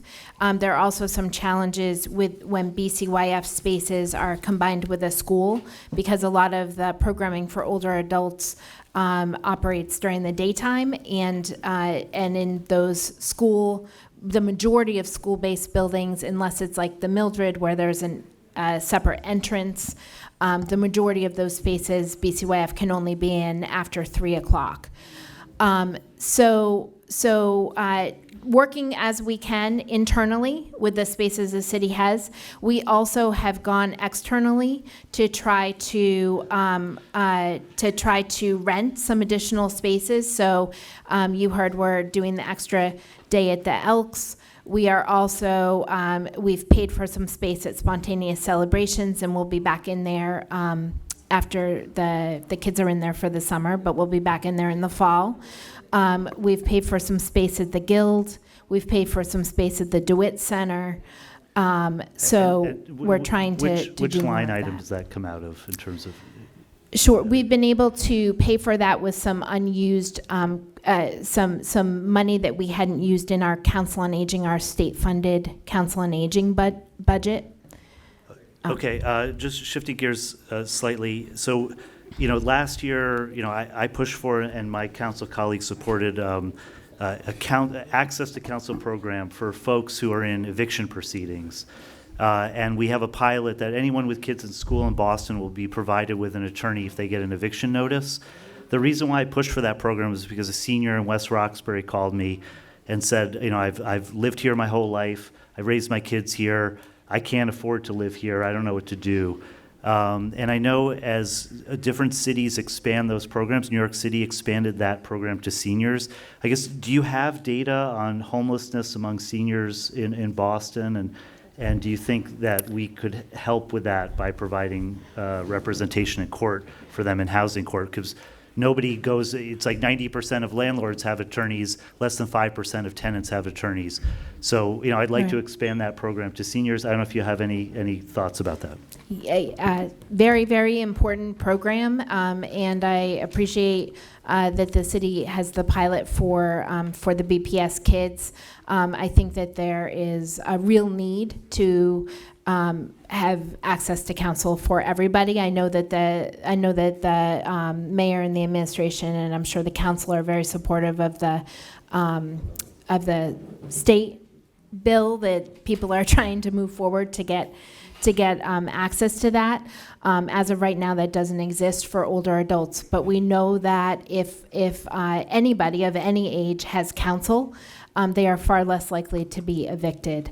We have a small housing team, and we do actually go to court for people not as with older adults, not as lawyers, but as advocates, because it can be really challenging to navigate that system, and we try to support people as we can. I don't have the numbers for homeless older adults, but I can say that they're growing, not just here in Boston, they're growing across the country as our older adults are growing across the country. We could get those numbers for you, working with Sheila and her team. Okay, Chair, do I have time for one more question? Yes. Okay. Commissioner Santiago, we're talking about, the budget for veterans, and, how I think all of my colleagues support that. But one issue that happens across departments is, you'll see money budgeted that doesn't get spent. And then we want that money to get spent. We want the money to be spent on our parks. We want that money to be spent for our youth and BCOF, and we want that money to be spent for our veterans. My sense is, looking at the data, I think aid to veterans, like there's money left over, in the over $1 million, I think, on the average. Can you just explain what's going? So, before we have more money there, we would just want the resources that we put in there to get spent on our veterans. So can you explain what's going on? Is there one reason, or is there several? Commissioner, yeah. Yeah, thank you, Council, for that question. So the AIDS to Vet line is tied up to our Chapter 115, which is the Mass General Law, Chapter 115, which I spoke a little bit earlier, which is to support our veterans that are facing financial difficulties. And because it is tied up to MGL Chapter 115, we're limited to what we could do for it. And unfortunately, our Chapter 115 numbers are declining because of the state requirements for Chapter 115, which again is at 20% of the poverty level, and there are certain asset limits that need to be followed as well. So a lot of our veterans who actually do need financial stability and financial assistance can't get it through Chapter 115 because of that threshold that the state is giving us, which is why we have that amount of money that is left over in our AIDS to Vet. Having another line item where it gives us more flexibility as a municipality, as a city, to take care of those veterans, like the Bridge to Gap, is where we're working on to ensure that those veterans that do require financial assistance are getting it from the city. But that's the reason why AIDS to Veterans, sometimes there is, for the most part, there is a surplus, because it's coming back from the state saying that they unfortunately don't qualify for Chapter 115. Okay, can you just, did we spend all the Bridge to Gap funds in the last year? What is that? How much do we have for that? So we have $400,000 allocated for the Bridge to Gap, and right now we're going through 43 applicants, and it totals up to $428,000. Okay. So we will be spending the Bridge to Gap. The Bridge to Gap came from the AIDS to Vets line, because we don't have that flexibility. So now with the Bridge to Gap, we have that flexibility that we're looking for, and able to spend more of that money towards our veterans. Okay, thank you very much. I appreciate it. Thank you, Chair. Thank you, Councilor. The Chair recognizes Councilor Fitzgerald. Councilor, the floor is yours. Chair, thank you very much.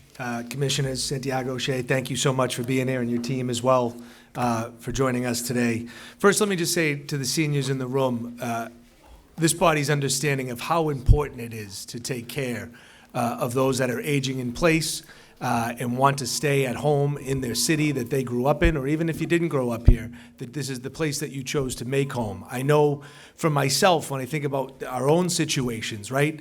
And, you think of mom or dad, and they're downsizing or widowed at that point, and they want to stay close to their grandchildren. Lord knows the parents want their grandparents to be close for babysitting duties, so we can go out once in a while, right?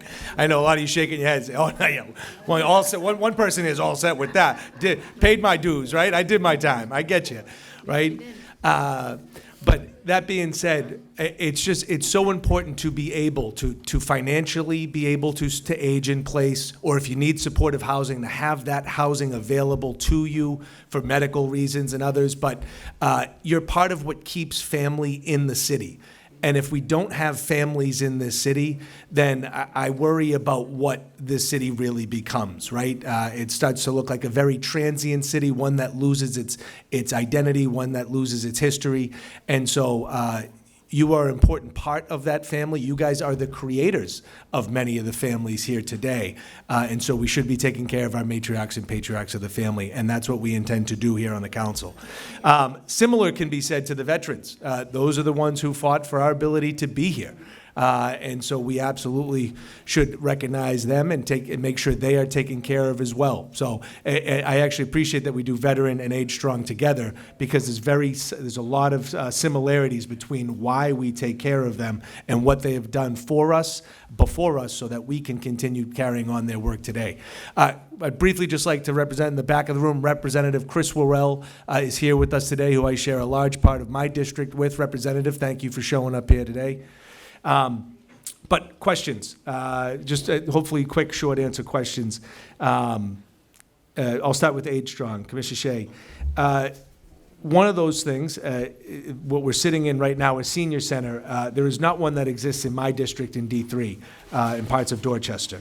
What were the steps that would be needed to take, or what were the steps taken to get this great senior center built? And how could I try and replicate that in my own, if you just had to give me a high-level framework? Sure. I think that, well, this is part of the school. Yep. So I think, so I'm not sure. I think that this was too small for the youth program that was in it, so they asked repurposed. BCYF that they wanted to use it for older adults. In terms of building senior centers across the city, obviously that's an expensive proposition. Yep. And so that's why we've been trying to identify space that already exists. Either city space we could use, or space that other, organizations that have space that we could kind of be in and use. I think it's going to take all of us at the table to try to figure out how we create spaces. I will say, we've had a almost 50% increase in older adults in the last 15 years. That's a large demographic shift.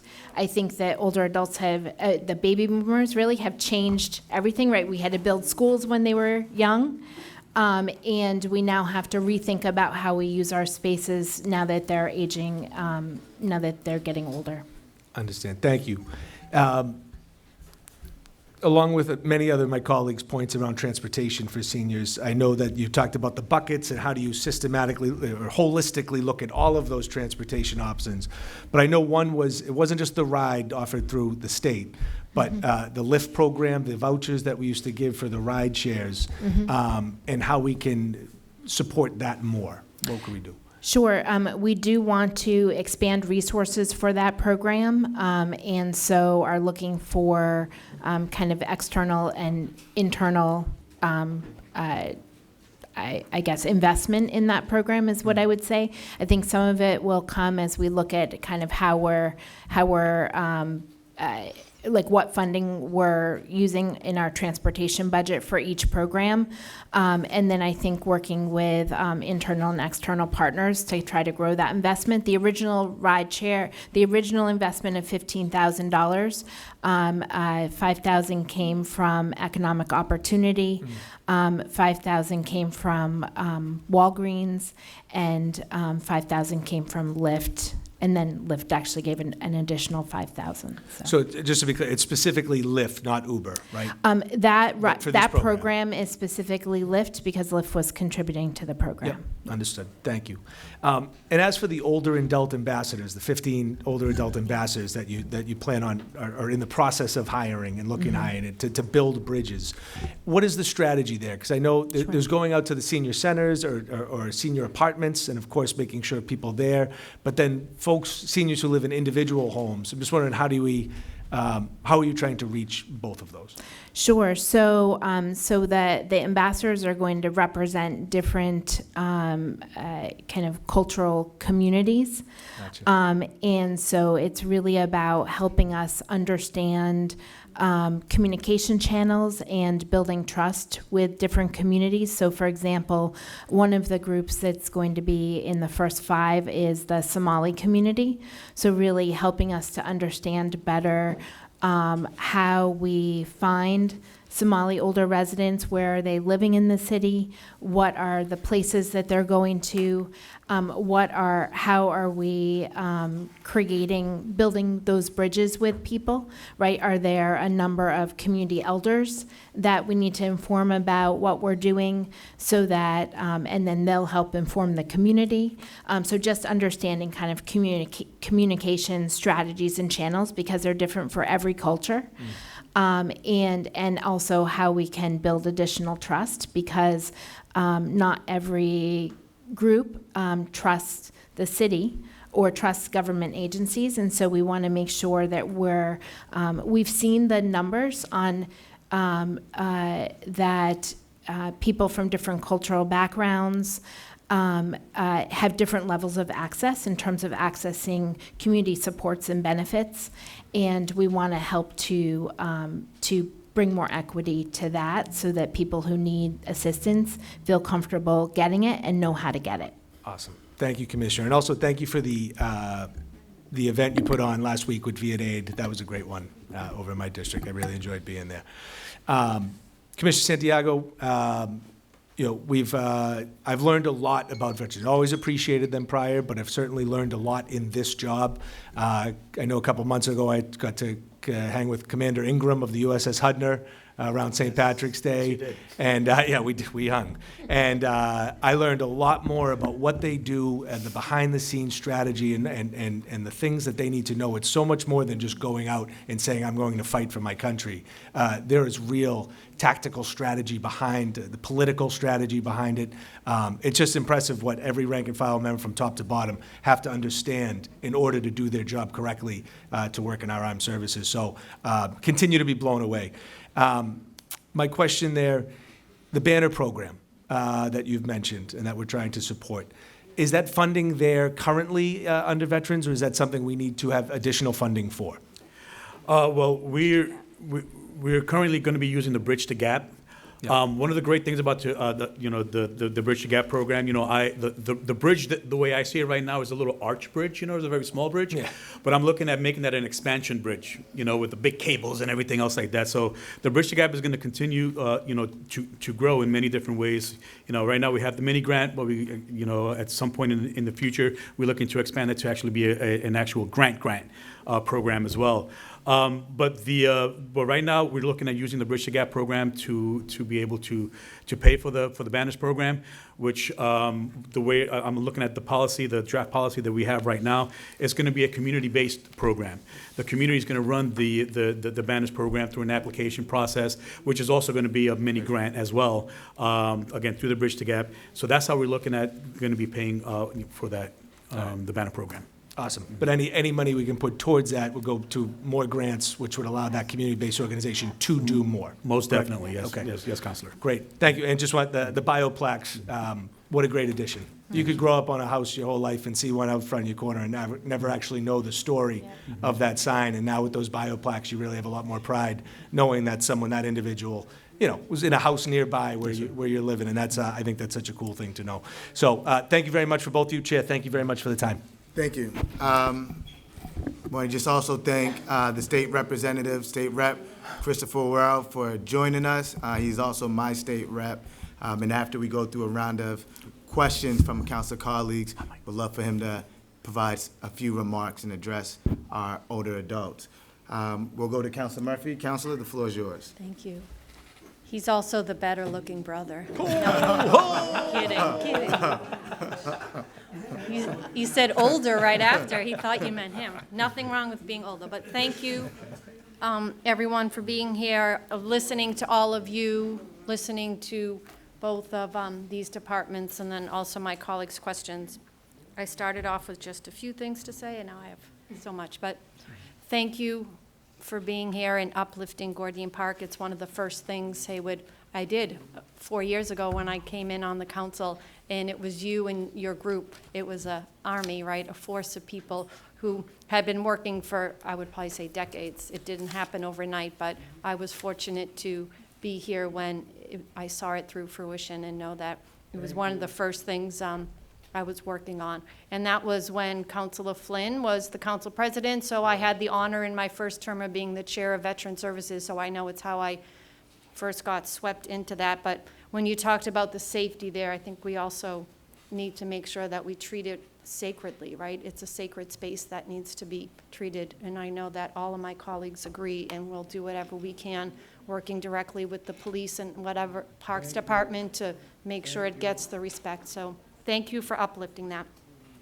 And also, I guess now at 55, I'm in this new phase in my life where my, parents, 92 and 85, and cancer and all the things that come with aging families, and dad, 20-year Marine veteran, but now also a mother of a veteran. And so both of these departments mean a lot to me, and I appreciate your leadership as a resident in the city of Boston, knowing how much you support my family directly, but all of the residents across the city. When we support our seniors, we support the entire family, right? When we support our veterans, we're uplifting our entire community, so that's important. So thank you for all you do. And it is, many of the questions are a little similar because, I feel like you both work with a population that I think what you lose sleep over mostly is how do we get the services to these people? We can connect them, but how do we make sure that no one's falling through the cracks and that they're getting the services that, like I said when I started and I opened, that, that you earned, right? It's not giving out, it's that you earned it, and it's our job to make sure that you're getting them. So, and also when you spoke about senior spaces, Councilor Fitzgerald, you talked about my district. You're my counselor. I live in the neighborhood you live in. And when I was a little girl, we did have a senior center, and it was at the Murphy School. And my grandmother and my great aunt were there every day with Mrs. Burke, and they had their space on the second floor. And then 25 years later, my first year teaching at the Murphy School, we expanded K-8, and guess what the first thing they did? They stole the senior space. It became a science lab, right? So, and I remember during COVID, outdoor knocking and connecting with neighbors in East Boston, and they gave up some of their spaces during COVID for, necessary health reasons, but then always worried, will we get it back? So I do think we need to do an inventory, or I need to do an inventory and support our seniors. And have there been spaces that we've unwillingly or politely gave up that we need to reclaim? Because we can find space and there is a need for it. And I do believe that alongside community centers and schools that offer so many other services, that those spaces work well. The standalones are nice, but the backup and the connection with other services works well also. So that's something that I put down as a job for me to do. And you both, I'll just go through some of the things I was going to ask, but you both touched on it. Just how do we make sure that the services are being delivered equitably across the city in all neighborhoods, especially those residents or communities that often are overlooked? But you both already answered that from different counselors who asked it, so thank you for affirming that that's something that you do care about a lot. Also, I do know that when I held as the chair that hearing in West Roxbury, I know we spoke, Emily, about West Roxbury is a space that doesn't have a standalone, but it does have the Elks at this time with 2 days of programming, but it's not the only spot in the city. But there's many pockets across the city, like I would say senior center activity, like deserts. And one thing that stuck with me that day and is it's popular. They have great programming. We want to expand it to a third day, but many people who spoke about how it's so popular that people are coming in from Brookline and Newton. And I know, because I've been there many times to visit, they have a sign-in. So do we have an actual number each week of each time, how many are Boston residents who are taking advantage of the Ethos programming? Yeah, and I don't think you have it now, but that's just something I would like to follow up with my office, just to get a percentage of. It is great when we offer things, but we need to make sure that it's our seniors that are getting it first, especially if we're expanding. And what came to mind is I went to the opening of the Draper Pool also in that community. right there down on, the Dedham line. And several of the people there were like, not Boston residents. And so just something I also just have to work with all these departments just to see, making sure that our residents are getting what their tax dollars are paying for and what they deserve. So what, I guess both departments, is there a specific line item in your budget in '26 that is going to address specifically allocated for mental health supports? Sure. Yes. So we do have behavioral health in our office. So we have a small team of 2 that help to assess and connect people to external clinical supports as needed, and who also help to train and support the rest of our team when someone with behavioral health needs is accessing services from us. And then we have our behavioral health grants that I mentioned. So right now we have $450,000 in our budget for those behavioral health grants. We're currently reviewing proposals, we should be issuing grants in the next couple of weeks for this fiscal year. We have, I think I said $2.6 million in requests for that money. There are significant behavioral health needs for older adults. Last year we invested in a consultant, and we have a behavioral health strategic plan that we are working to implement, but that is going to take the work of lots of different partners around the table. Thank you. Thank you, Councilor. Pretty much the same with veterans also. A lot of the grants that we received are for veteran-centric groups that cover mental health awareness and mental health access for our veterans. Okay.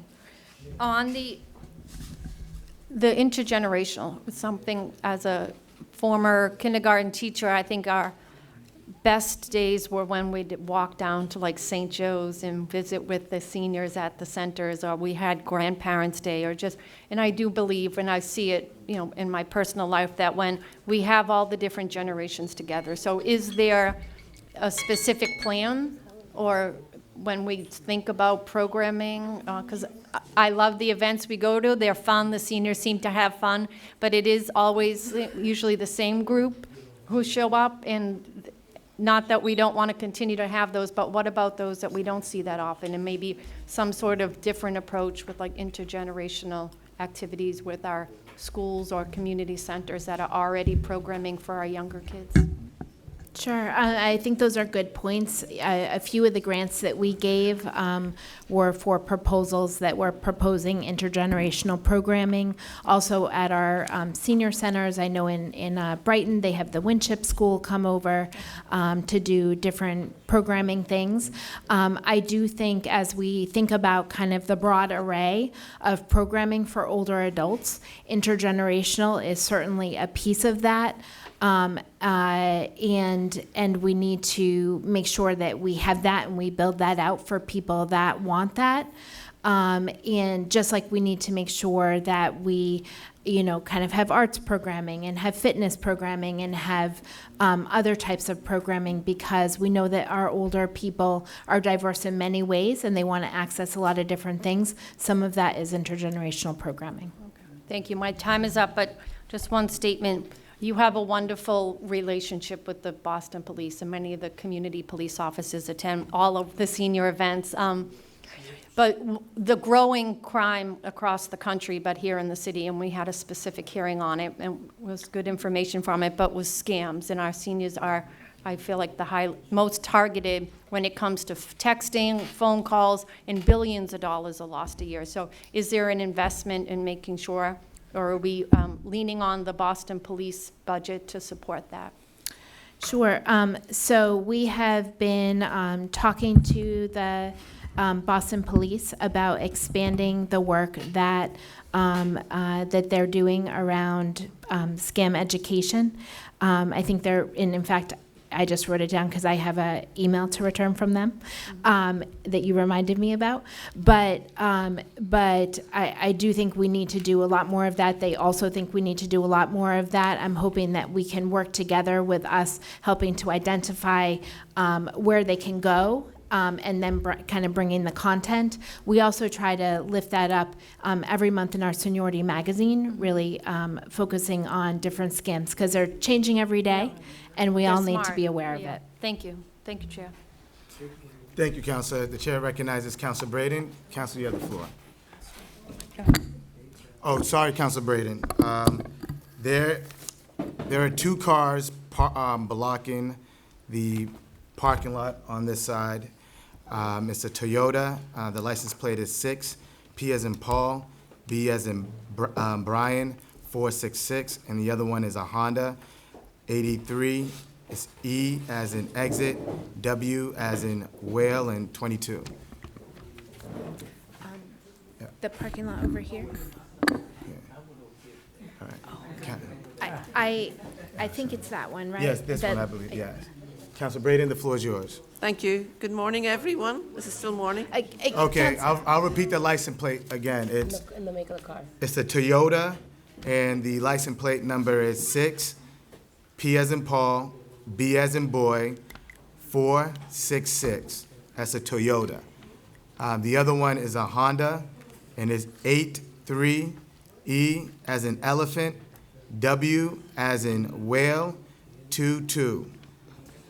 Oh. You over there? Okay. All right.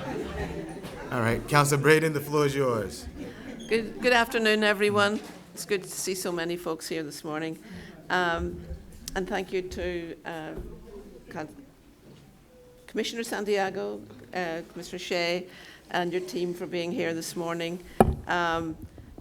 First of all, I'd love to just get on the veterans front. I think I want to echo Councillor Fitzgerald's remarks about the bio plaques. It's really, and the one in the brochure here and the presentation is on Brayton Road in Brighton. I remember unveiling that one. I think it's wonderful to get some sense of the incredible lives that and the sacrifice of our veterans, especially our Gold Star veterans, in the neighbourhoods. Everywhere you go, you see them, and it's really nice to amplify that contribution and sacrifice they've made. So thank you so much. Not everyone understands what they are, but I think having the QR code has been incredible, so they can just get much more granular details on the lives of these people. I think one of the big questions I had is just really what are we expecting in terms of impact to your particular programs from what's happening in DC at the moment? Thank you, Council, for that question. Well, right now there really hasn't been any immediate impacts to us just yet, but we forecast that there will be.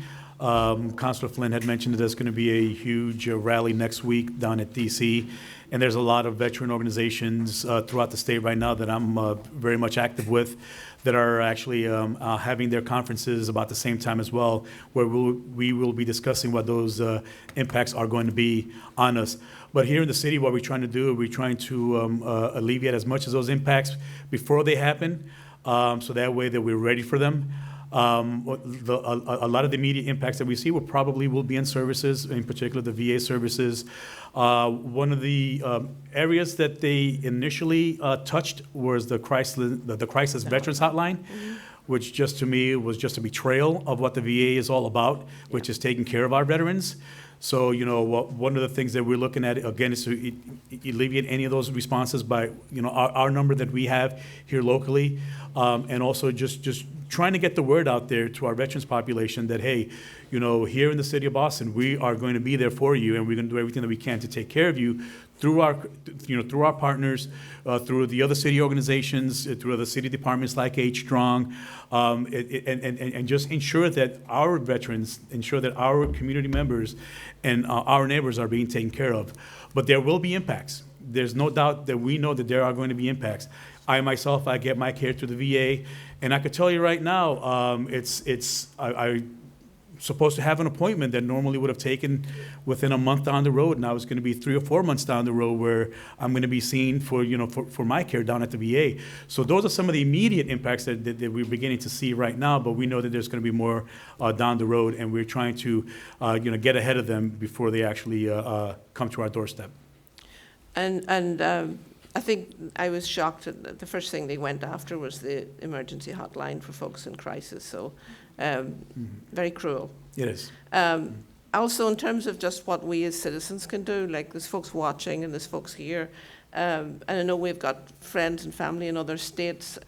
Is it worthwhile trying to mobilize people to make those calls and voice our concerns to representatives at the federal level? Or I know our Congresswoman Ayanna Presley is very aware of the situation. I think our Massachusetts delegation is doing a good job, but we need everybody, all hands on deck on this one. Oh, most definitely. There's strength in numbers, most definitely. And I'm very proud of our Boston delegation. I'm very proud of our state delegation down there voicing what is wrong with what's going on, especially when it comes to our health care. I was at an event this past weekend at the Fitzgerald Post down in South Boston, and Congressman Stephen Lynch, he had mentioned that in all his years in Congress, there has been one area that was always crossed the party lines and both sides of the hall, if you will, and it was VA taking care of our veterans. There was never an issue between both sides and taking care of our veterans until now. So when he said that, it struck a chord with me and with everybody that was present at that. And one of the takeaways is that we always have to voice our opinions. We have a great advocate, a veterans advocate right here with Pam talking about her situation, and also Haywood Fennell. Those voices must always be heard. So I appreciate that. Thank you. Thank you. And Commissioner Shea, I also one other big concern for our elders is just food security, and again, sort of what's happening in DC is going to touch us significantly. What plans do we have to sort of help shore up food security, especially for our elders? Sure. It is certainly a challenge, right? You heard me mention that we had a cut to Meals on Wheels that was almost $1 million at the end of FY24. We're looking at federal impacts and what those might be. We think we're pretty good until the end of September, but we don't know what FY26 will bring on the federal level. We also are concerned about SNAP. We're concerned Medicaid waivers pay for the majority of in-home services for older adults who need in-home assistance in Massachusetts. So I think altogether, what we can do is make sure that we understand what the local resources are and that we're helping people get connected to those. And that we're helping to partner with people and try to reduce anxiety a little bit, right? It's all a little bit scary. Yeah. And so I think that we're all in this together and we're going to get through it together, but it will be kind of helping people navigate to where existing resources are and making sure that as a team that we understand where those resources are. Thank you for that. I think we're all in this together and if we all work together in community across the city, I think it's going to be a bumpy ride, but we're Boston strong, as they say. I had the transportation's an ongoing question. I think several folks mentioned it here this morning. Are there any plans to increase the fleet? I know you were trying to also partner with other folks that may have vans that you could utilize or whatever, partner with the hospitals, etc. What's the... Yeah, so with this, I would say this year we're not looking to increase the fleet. We are looking to get all of our vans on the road with active drivers. And I would say that this year what I anticipate is us doing the work behind the scenes to understand additional funding streams, to create partnerships, to understand opportunities, and to look at how much shuttle do we need, how much taxis, and how much rideshare, and what is that mix going to look like? And just in terms of looking forward for the growing population of elders, one thing we hear a lot about is sort of scams. And my partner and I both got the same scam on the same day on the same phone. I said, that's a scam, you got it as well. So are we able to alert our seniors about scams and what's the best approach to help in terms of working with maybe the police department? Sure. As I said, we've been in communication with the Boston Police about kind of building out the work that we're doing together around scams. They're changing all the time, which is hard, right? It's hard to keep up with the scammers, and it requires continued education and continued awareness. And so we're working with our Boston Police colleagues to see how we can continue to build out scam education throughout the city. We'll be doing that as we move forward. Thank you. How am I doing for time? Oh, yeah, your time was up. I'm Councilor. over? Yes. Oh, beg your pardon. All right. I like to talk. Thank you so much, everyone, for being here this morning. Thank you, Mr. Chair. Thank you, Councilor. The chair recognizes Councilor Mejia. Councilor, the floor is yours. You could tell I was one of those impatient kids in classroom. I'm like, okay, it's my turn, and she keeps talking. So I just want to thank you all, and my apologies for being late. My office, we host resource fairs with art therapy in different adult daycare centers for elders and young people. And so this morning I was there. So I made my way over here. But what was important about being there this morning, I heard of a story of an elder who has advanced Alzheimer's. And this was a woman who I used to always go to her house and eat when I was growing up. We lived in a triple-decker. My mom and I lived on the first floor, and she and her family lived on the third floor. And I had seen her probably maybe 3 or 4 weeks ago, and when she saw me today, she said, "Oh my God, I haven't seen you in so long." And that broke my heart. One was because she still recognized who I was, but she didn't remember that she just recently saw me.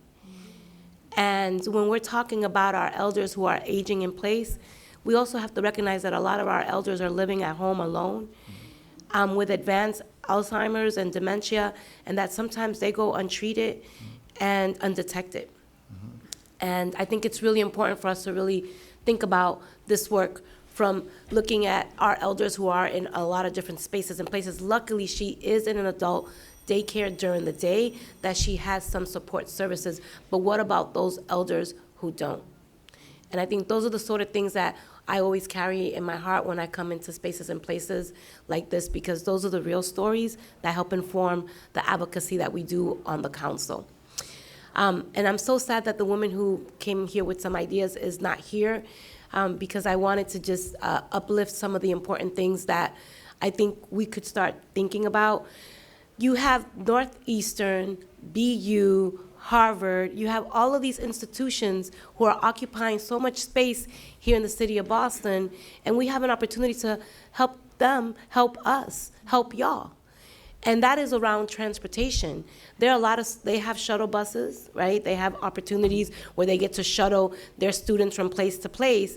But I think that there's an opportunity to leverage some partnership with especially Northeastern, because they own half the city of Boston, so that they can give back, right? So that they can give back and maybe provide a shuttle service that's dedicated for elders, right? That is a very viable way for them to pay their payment in lieu of taxes, and so that we can get a little something for our elders without having to continuously to tax on more supports for the city of Boston. So I think that in terms, that's not my time up. What's happening with that? Okay. Yes.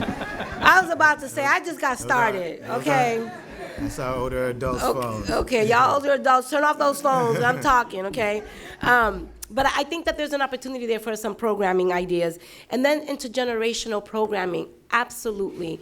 We have a lot of young people right now, especially young people who are aging out of foster care, who don't have places and spaces to live.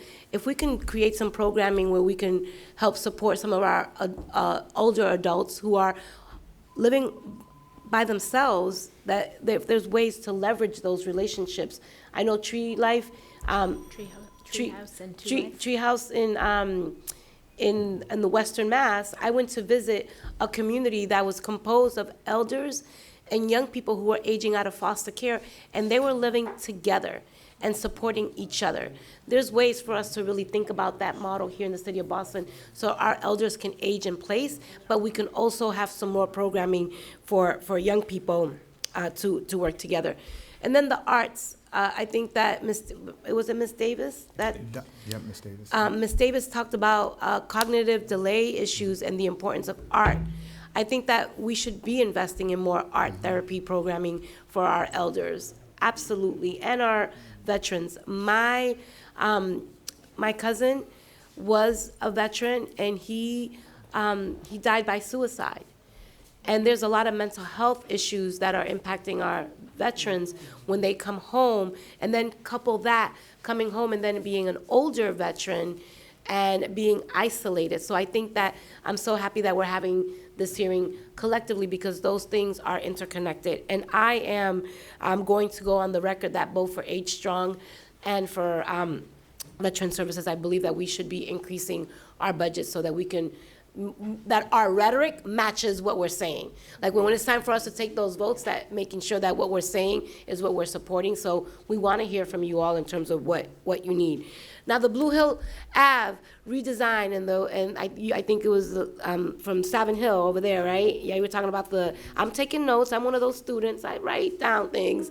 I want you all to know that our office is hosting a hearing on June 10th on the Blue Hill Ave redesign bus situation that's happening in Mattapan through Roxbury. And that corridor right there, we want to hear from residents. We want to hear from businesses. We want to hear from everyone who has a stake in the redesign of that corridor, because we want to hear from y'all. We want you all to put on the record what it is that we need to do to make sure that we are paying attention to the people that we serve. So that's happening on June 10th. We're going to have some flyers here, so if you want to testify on the Blue Hill Ave redesign, we want to hear from you all. We want to make sure that your voices are being amplified and the decisions that we're making are directly in line with the constituents that we serve. Meals on Wheels. During COVID, our office provided meals to our elders because we knew that Meals on Wheels only worked during the week. But what happens during the weekends? There are a lot of elders who don't have access to warm meals during the weekends. How are we standing in that gap? Sure. So the Meals on Wheels program is run, kind of overseen on the state level. What happens is if someone is determined eligible and in need of weekend meals, they are delivered frozen meals on Friday that they can heat up during the weekend. Okay. Because what we noticed is that I'm all good for giving me free food. I'm here for it all day, every day. But I think one of the things that I've been fighting for is culturally competent foods that we like, that we can eat and cook and all that good stuff. So I think that we have an opportunity through the city to help support some of the local supermarkets to provide you all with coupons that you can go and purchase things that you want to cook and that you can cook. And I think that could be working with the Office of Food Insecurity so that we can provide elders some more autonomy in terms of the things that they can cook. What do you think about that? Yeah, what I would say is that there are 11 different meal types in Meals on Wheels. We can get you a list, yeah. But I think that for people that need that prepared meal, that's important. Yeah. And for folks that are able to prepare their own meals, it's important they have access to culturally appropriate groceries so that they can cook the food that they're used to eating. Yeah, great, thank you. I want to say one more thing, and I want to give a shout out to Ms. Barbara, who's in the back, who was a fierce advocate. Yeah, that's right, I'm calling you out, but in a good way. Because through her advocacy, the Mildred was able to really provide programming. I think that we have an opportunity to expand that model. We have the Boys and Girls Club, we have the YMCA, we have nonprofit organizations that have a lot of space that are not being utilized during the day. The city should be leveraging these empty spaces to be able to open up the doors to provide more programming to our elders during the day. because I think that we're at a moment where we have to start really thinking about all the people that are occupying space, these nonprofits, churches, universities. I keep going back to Northeastern. Sorry, Northeastern, but y'all are taking over. And I think that they should also be called into in terms of creating more spaces and places for elders to be able to do programming. And I'm curious about what those conversations, if any, have they been? Yeah, I mean, I think those are good points. I think space is critical, and it's going to take all the partnerships, and I think we should be pursuing conversations. We have done a lot of conversations internally with city partners and looking at city spaces. And as I mentioned, we just started paying for some external spaces.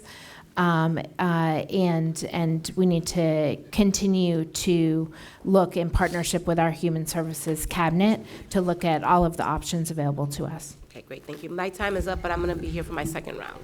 Thank you. I want to give State Representative Christopher Worrell an opportunity to provide any remarks. Representative Worrell? We would love for you to come to the front. There's a microphone and everything up here for you, Rep. No one can see you back there.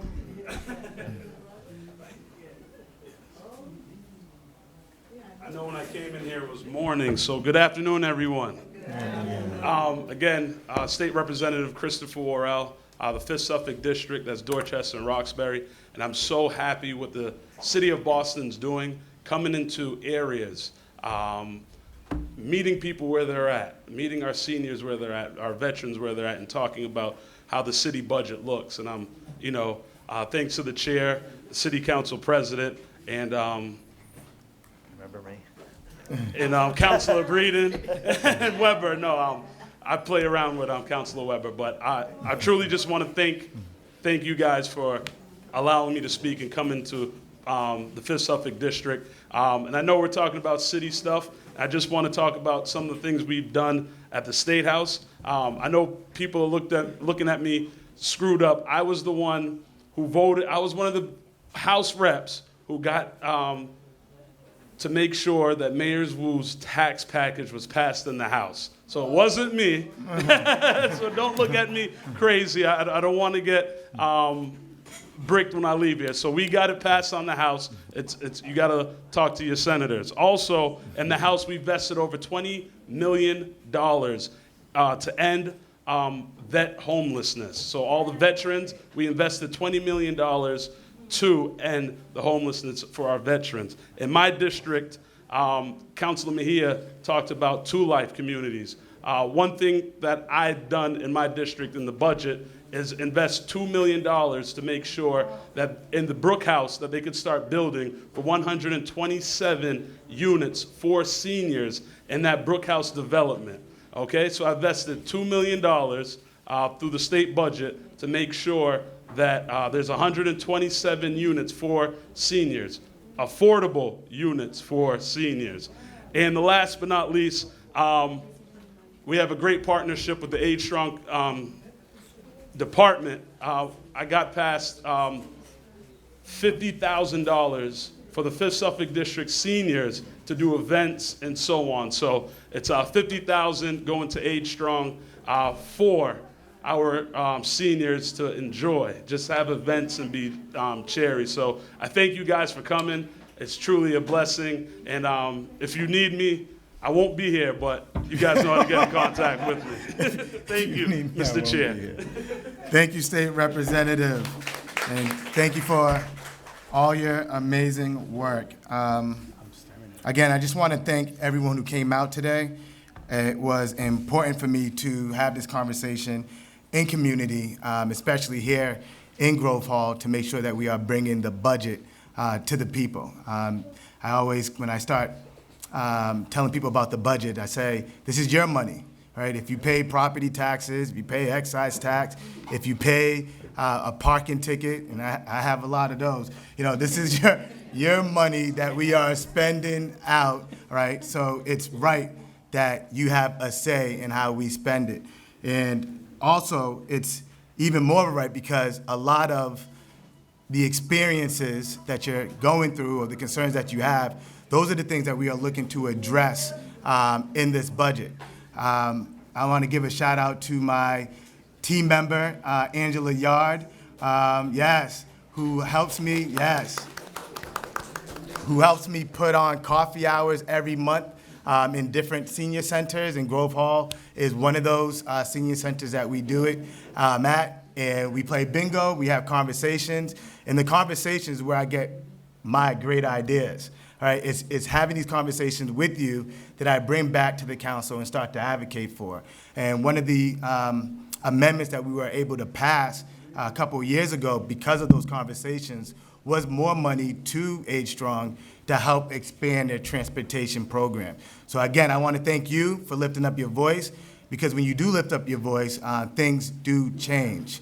The other thing that I want to give a shout out to is State Representative Worrell and Commissioner Shea. Is last year we had the Love and Laughter Luncheon over at Prince Hall. Hopefully we'll bring it back next year, but that is something that we did with our seniors. And then we also passed the senior tax exemption, and hopefully we could get it passed at the State House this year to make sure that we are trying to provide more relief and more assistance to our seniors when it comes to paying property taxes.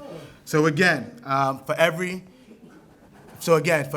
question that we might have, I truly believe that our community and our people have the answers, and that's why I wanted to make sure that we are centering our community in this conversation, in this budget conversation. One of my questions is for Veterans Department. When it comes to the Bridge the Gap Fund, you mentioned that the Banners program is part of that. How much of that is the Banners program? We haven't estimated that just yet, because we're still working on the actual policy. But early indications would be that for each community would probably average around about close to $10,000 initially, especially to put up and install the not, for lack of a better term, the clips and on the different poles and things like that. So every year after that would be significantly less, but initially it'll be close to about $10,000 each. Awesome. And then also, and that's based on other communities. I'm sorry. Awesome. And then when it also comes to the Bridge the Gap, I know we're trying to advocate for adjusting the income levels in the state program. Mm-hmm. What are the income levels that we're seeing in the Bridge the Gap for participants that don't meet Chapter 115? Well, it varies because right now I could pretty much tell you exactly what the state is right now, and the minimum for the 200% of the federal poverty level is you have to be earning at least $2,000 a month. Oh, wow. So anything, or actually $2,510 a month. So anything above that, Right. you're considered over budget. Got it. So that doesn't make sense, especially in the community here in Boston. So the way to circumvent that again is through the Bridge the Gap program. Yeah. But also, right now the way it's looking, we're also sort of kind of limited to what we could do because since the state does have a program, we have to be careful that whatever we do pay out wouldn't fall under the guidance of Chapter 115. But that's one of the things that we actually are looking into is get those numbers so that way we could actually have something tangible to go by. Yeah, and once you get those numbers, we would love to work with you to advocate for what income levels we should be advocating to the state. Perfect. Right? Yes. To make that change. Definitely. I know I'm working with Ronald Lammy on senior loneliness. We visit BHA housing centers all the time.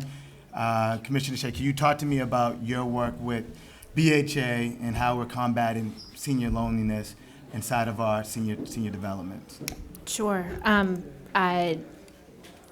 We love our BHA buildings, but there are a lot more resources that are needed in them, obviously.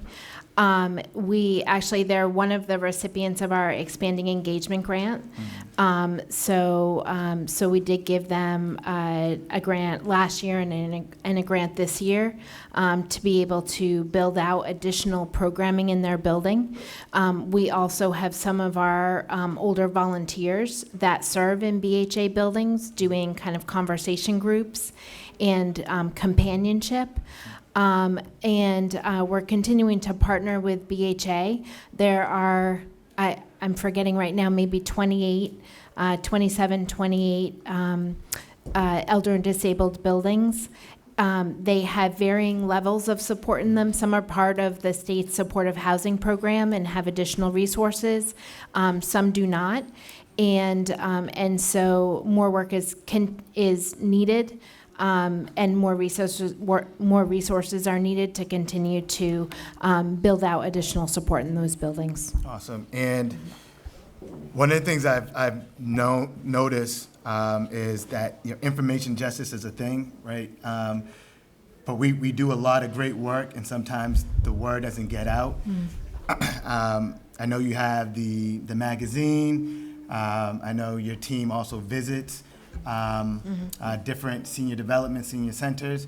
What more can we do to let people know, especially when we're starting up new programs like the Healthy Ride Initiative? What more can we do to let people know that these programs are happening and are out there? Sure. I mean, I think information access is kind of the biggest challenge that's out there because people hear information in all different ways. And we are using everything at our fingertips to try to do that, to try to get information to people in multiple ways at multiple times.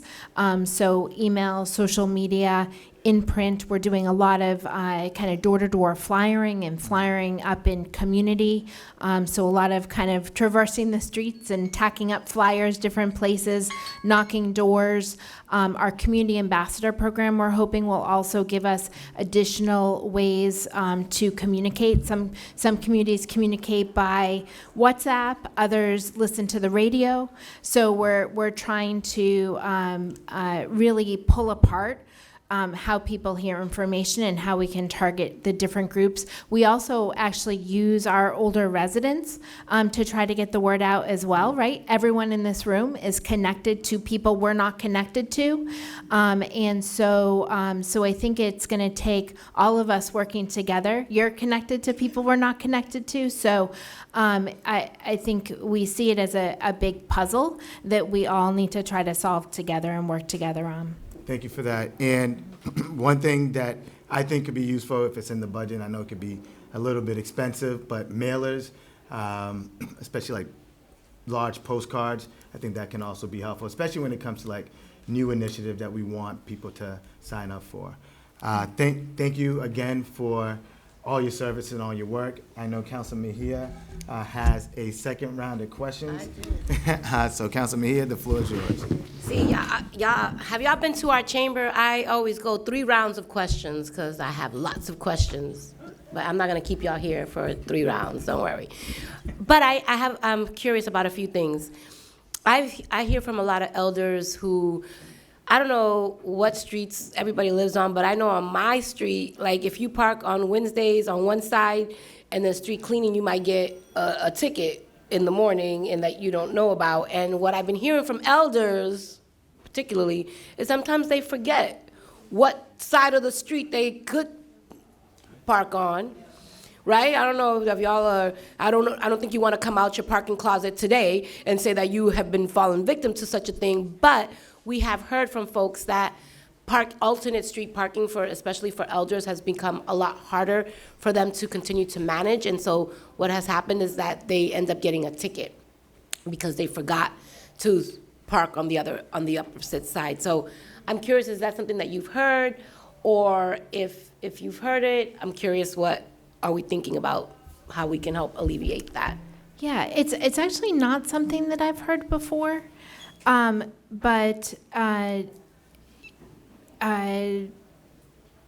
I think I would need to think about that a little more. Maybe we could help to educate, or maybe we could help to, partner in some way with a parking clerk's office.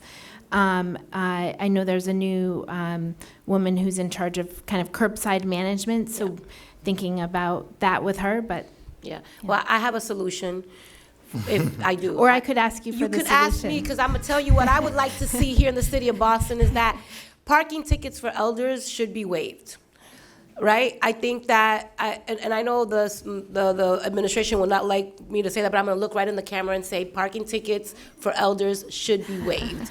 And I say this because I think that we even sometimes what's happening with our elders is that they forget when they get a ticket. Sometimes after 21 days, they get that assessment, and then they forget to pay their bill on time. So all of these things then create further financial hardship for elders. And then what ends up happening for those who are still driving? How many of y'all still driving around? Oh, look at this, and towing, and so. And sometimes people get a boot on their car and they can't get around. So I think that we have an opportunity to really examine this issue and figure out how we can work with the parking department, you know, even just by bringing a proof of your birth certificate or something that allows you to get those fees waived, just because we're already being taxed. You know, you're already trying to struggle to keep your home, right? So I think that, and I don't think that you're intentionally parking in spaces that you don't belong in. It's just sometimes you make a mistake. And I think that at a certain age, given all the work that you've done here in the city of Boston, that we should be able to say we're going to waive that fee for elders regarding parking. And I think that that's something that I probably will end up in a viral video for saying such a crazy thing, but I'm okay. I can say it because I want to see how we can help you all with that. And then the other question that I have is it's specifically about some of the programming and that's being cut on the federal level, and how are we, what are we doing to close that gap? Like, how are we preparing for the federal cuts that our elders are going to be seeing? Sure. So, so at this point, in terms of the Older Americans Act, we don't know. The money that comes through us so far has not been cut for FY25, and we are trying to do everything we can to advocate for funds to continue in FY26. And so I think it's important for us all, especially if we have people in other states that we know, to continue to kind of raise our voices and advocate together, right, about SNAP, about Medicaid, about anything folks might do to Social Security. We are raising our voices and trying to advocate for Older Americans Act funds, and also partnering with those in other states. We were down in DC a couple months ago talking about the Older Americans Act and how important it is.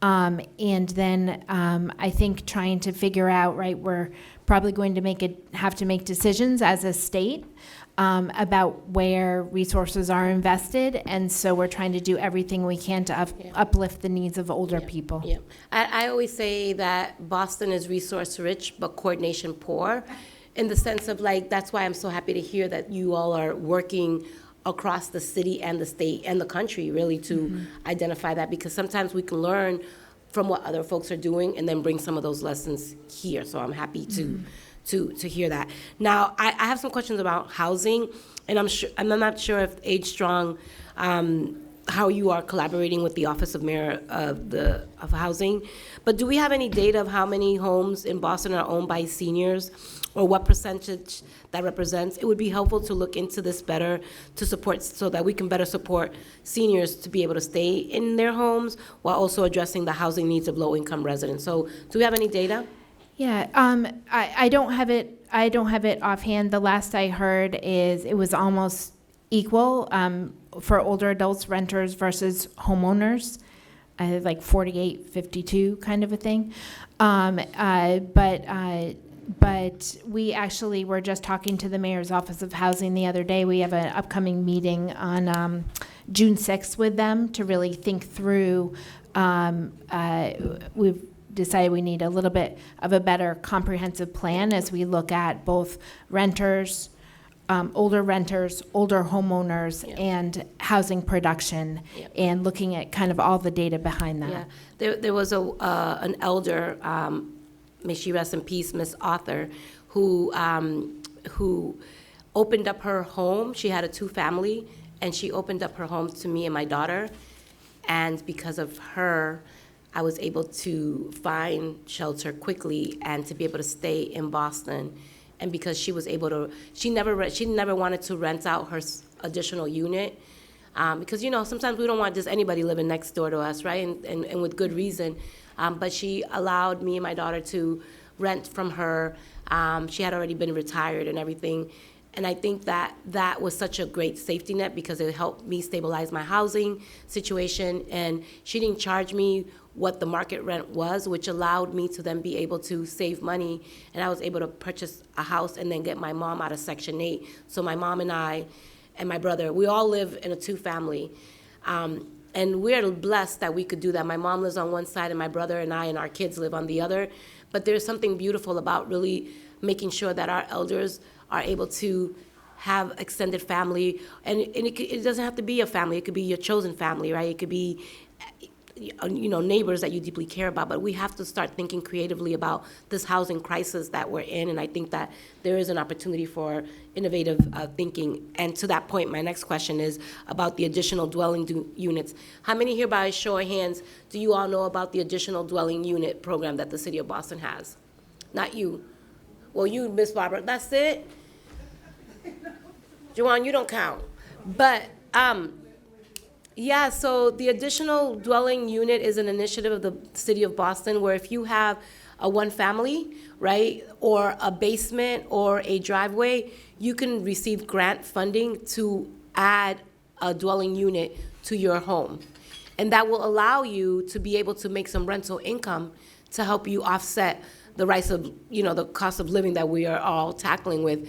But I think that as we continue to try to figure out how we can help you help yourselves and how the city can step in that gap, I think some education around the additional dwelling unit, because there are financial resources for homeowners to be able to do that. So I just want to name that. That's something that I think in terms of education. And then the last question, and I do have around 3, no, I'm just joking, is that for your ambassadors program, are those paid? They are paid. Okay. $25 an hour. Ooh, let me find out. $25 an hour? Okay, I'm gonna go apply, but I think that's important. I'm happy to hear that those are stipend positions. And I think, how many positions do we have? We'll have 15 altogether, 10 hours a week. 10 hours a week. Oh, y'all making some little money up in here. I think, so if the program goes well, I think there's an opportunity to expand the program and replicate it. Because to the woman who, from Savin Hill, I forgot your name, but I remember your story from Savin Hill. What is your name? Marilyn. So to Marilyn's point, like if even some of the community ambassadors have issues that they deeply care about, those community ambassadors can become organizers, right? And then they can help address some of the issues around sidewalks, or around, you know, like very specific issues that elders are facing, not just sharing information, but organizing around the things that you want. I think that, you know, in the next iteration of this program, we would love to turn all of these, you know, elders into agitators so that y'all can start knocking down our doors and getting what you want and getting your sidewalks fixed. Because one thing is to come in here and tell us what you need, but the other is to equip you with the skills that you need and the tools so that you can fight for those things and make those things happen. And those are the sort of, you know, ideas that I'd love to sign up for to help participate in. And what you looking at? You want me to finish talking? No, you keep going. No, I do get into this. I feel like I'm a problem solver since I was a kid, right? I had to learn how to do all of those things for my entire community. So I walk into these hearings, and Counselor, you know, the chair knows that every single hearing that we're in, I'm always I may come in a little bit later, but I'm the last one to leave. Because we learn so much in these spaces. We learn so much about what is on your heart and on your mind, and then it gives us what we need to do a better job for you all.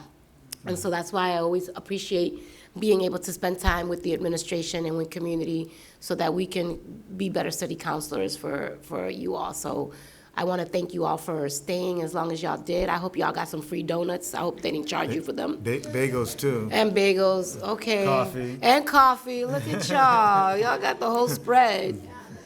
But thank you, Councilor Roral, for hosting it, not just the hearing, but hosting it in community so that we can hear directly from those that we serve. So I'm happy to have had an opportunity to be with you all today. Thank you. Thank you, Councilor Mejia. And before you even said that, I was thinking that it is usually you and I, the last to be in the chamber, and it's so important because this is like one of the only times of the year that all the chiefs and department heads are coming before us, and they're telling us about all the great work that they do, but it's also an opportunity for us to dive deeper into their initiatives and the nuance of the services that they're providing. I just have one last question for Commissioner Shea, and I think this is a pretty cool program, is the property tax work-off sites. It's an opportunity for our older adults to volunteer, to be active, but also to knock off some money off their property tax. 20 new property tax work-off sites. Can you talk to me about, the new opportunities, and then just give the public a brief description of that program? Sure. Thanks for mentioning that, because people can apply for that for this year through July 11th. So the program date is coming up. But if you qualify for that program, you have the opportunity to work off up to $2,000 of your property taxes by volunteering in a city department. So each hour that you volunteer, $15 comes off of your property taxes, and it comes off on your third quarter bill. And so it's great. So we have a whole range of city departments that partner with us. We have some community centers, a lot of schools partner with us. We're building out a partnership with our libraries.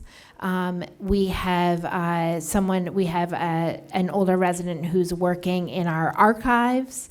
So she's archiving all of she was actually working on Mayor Menino's archive. So all of Mayor Menino is going through all of his things.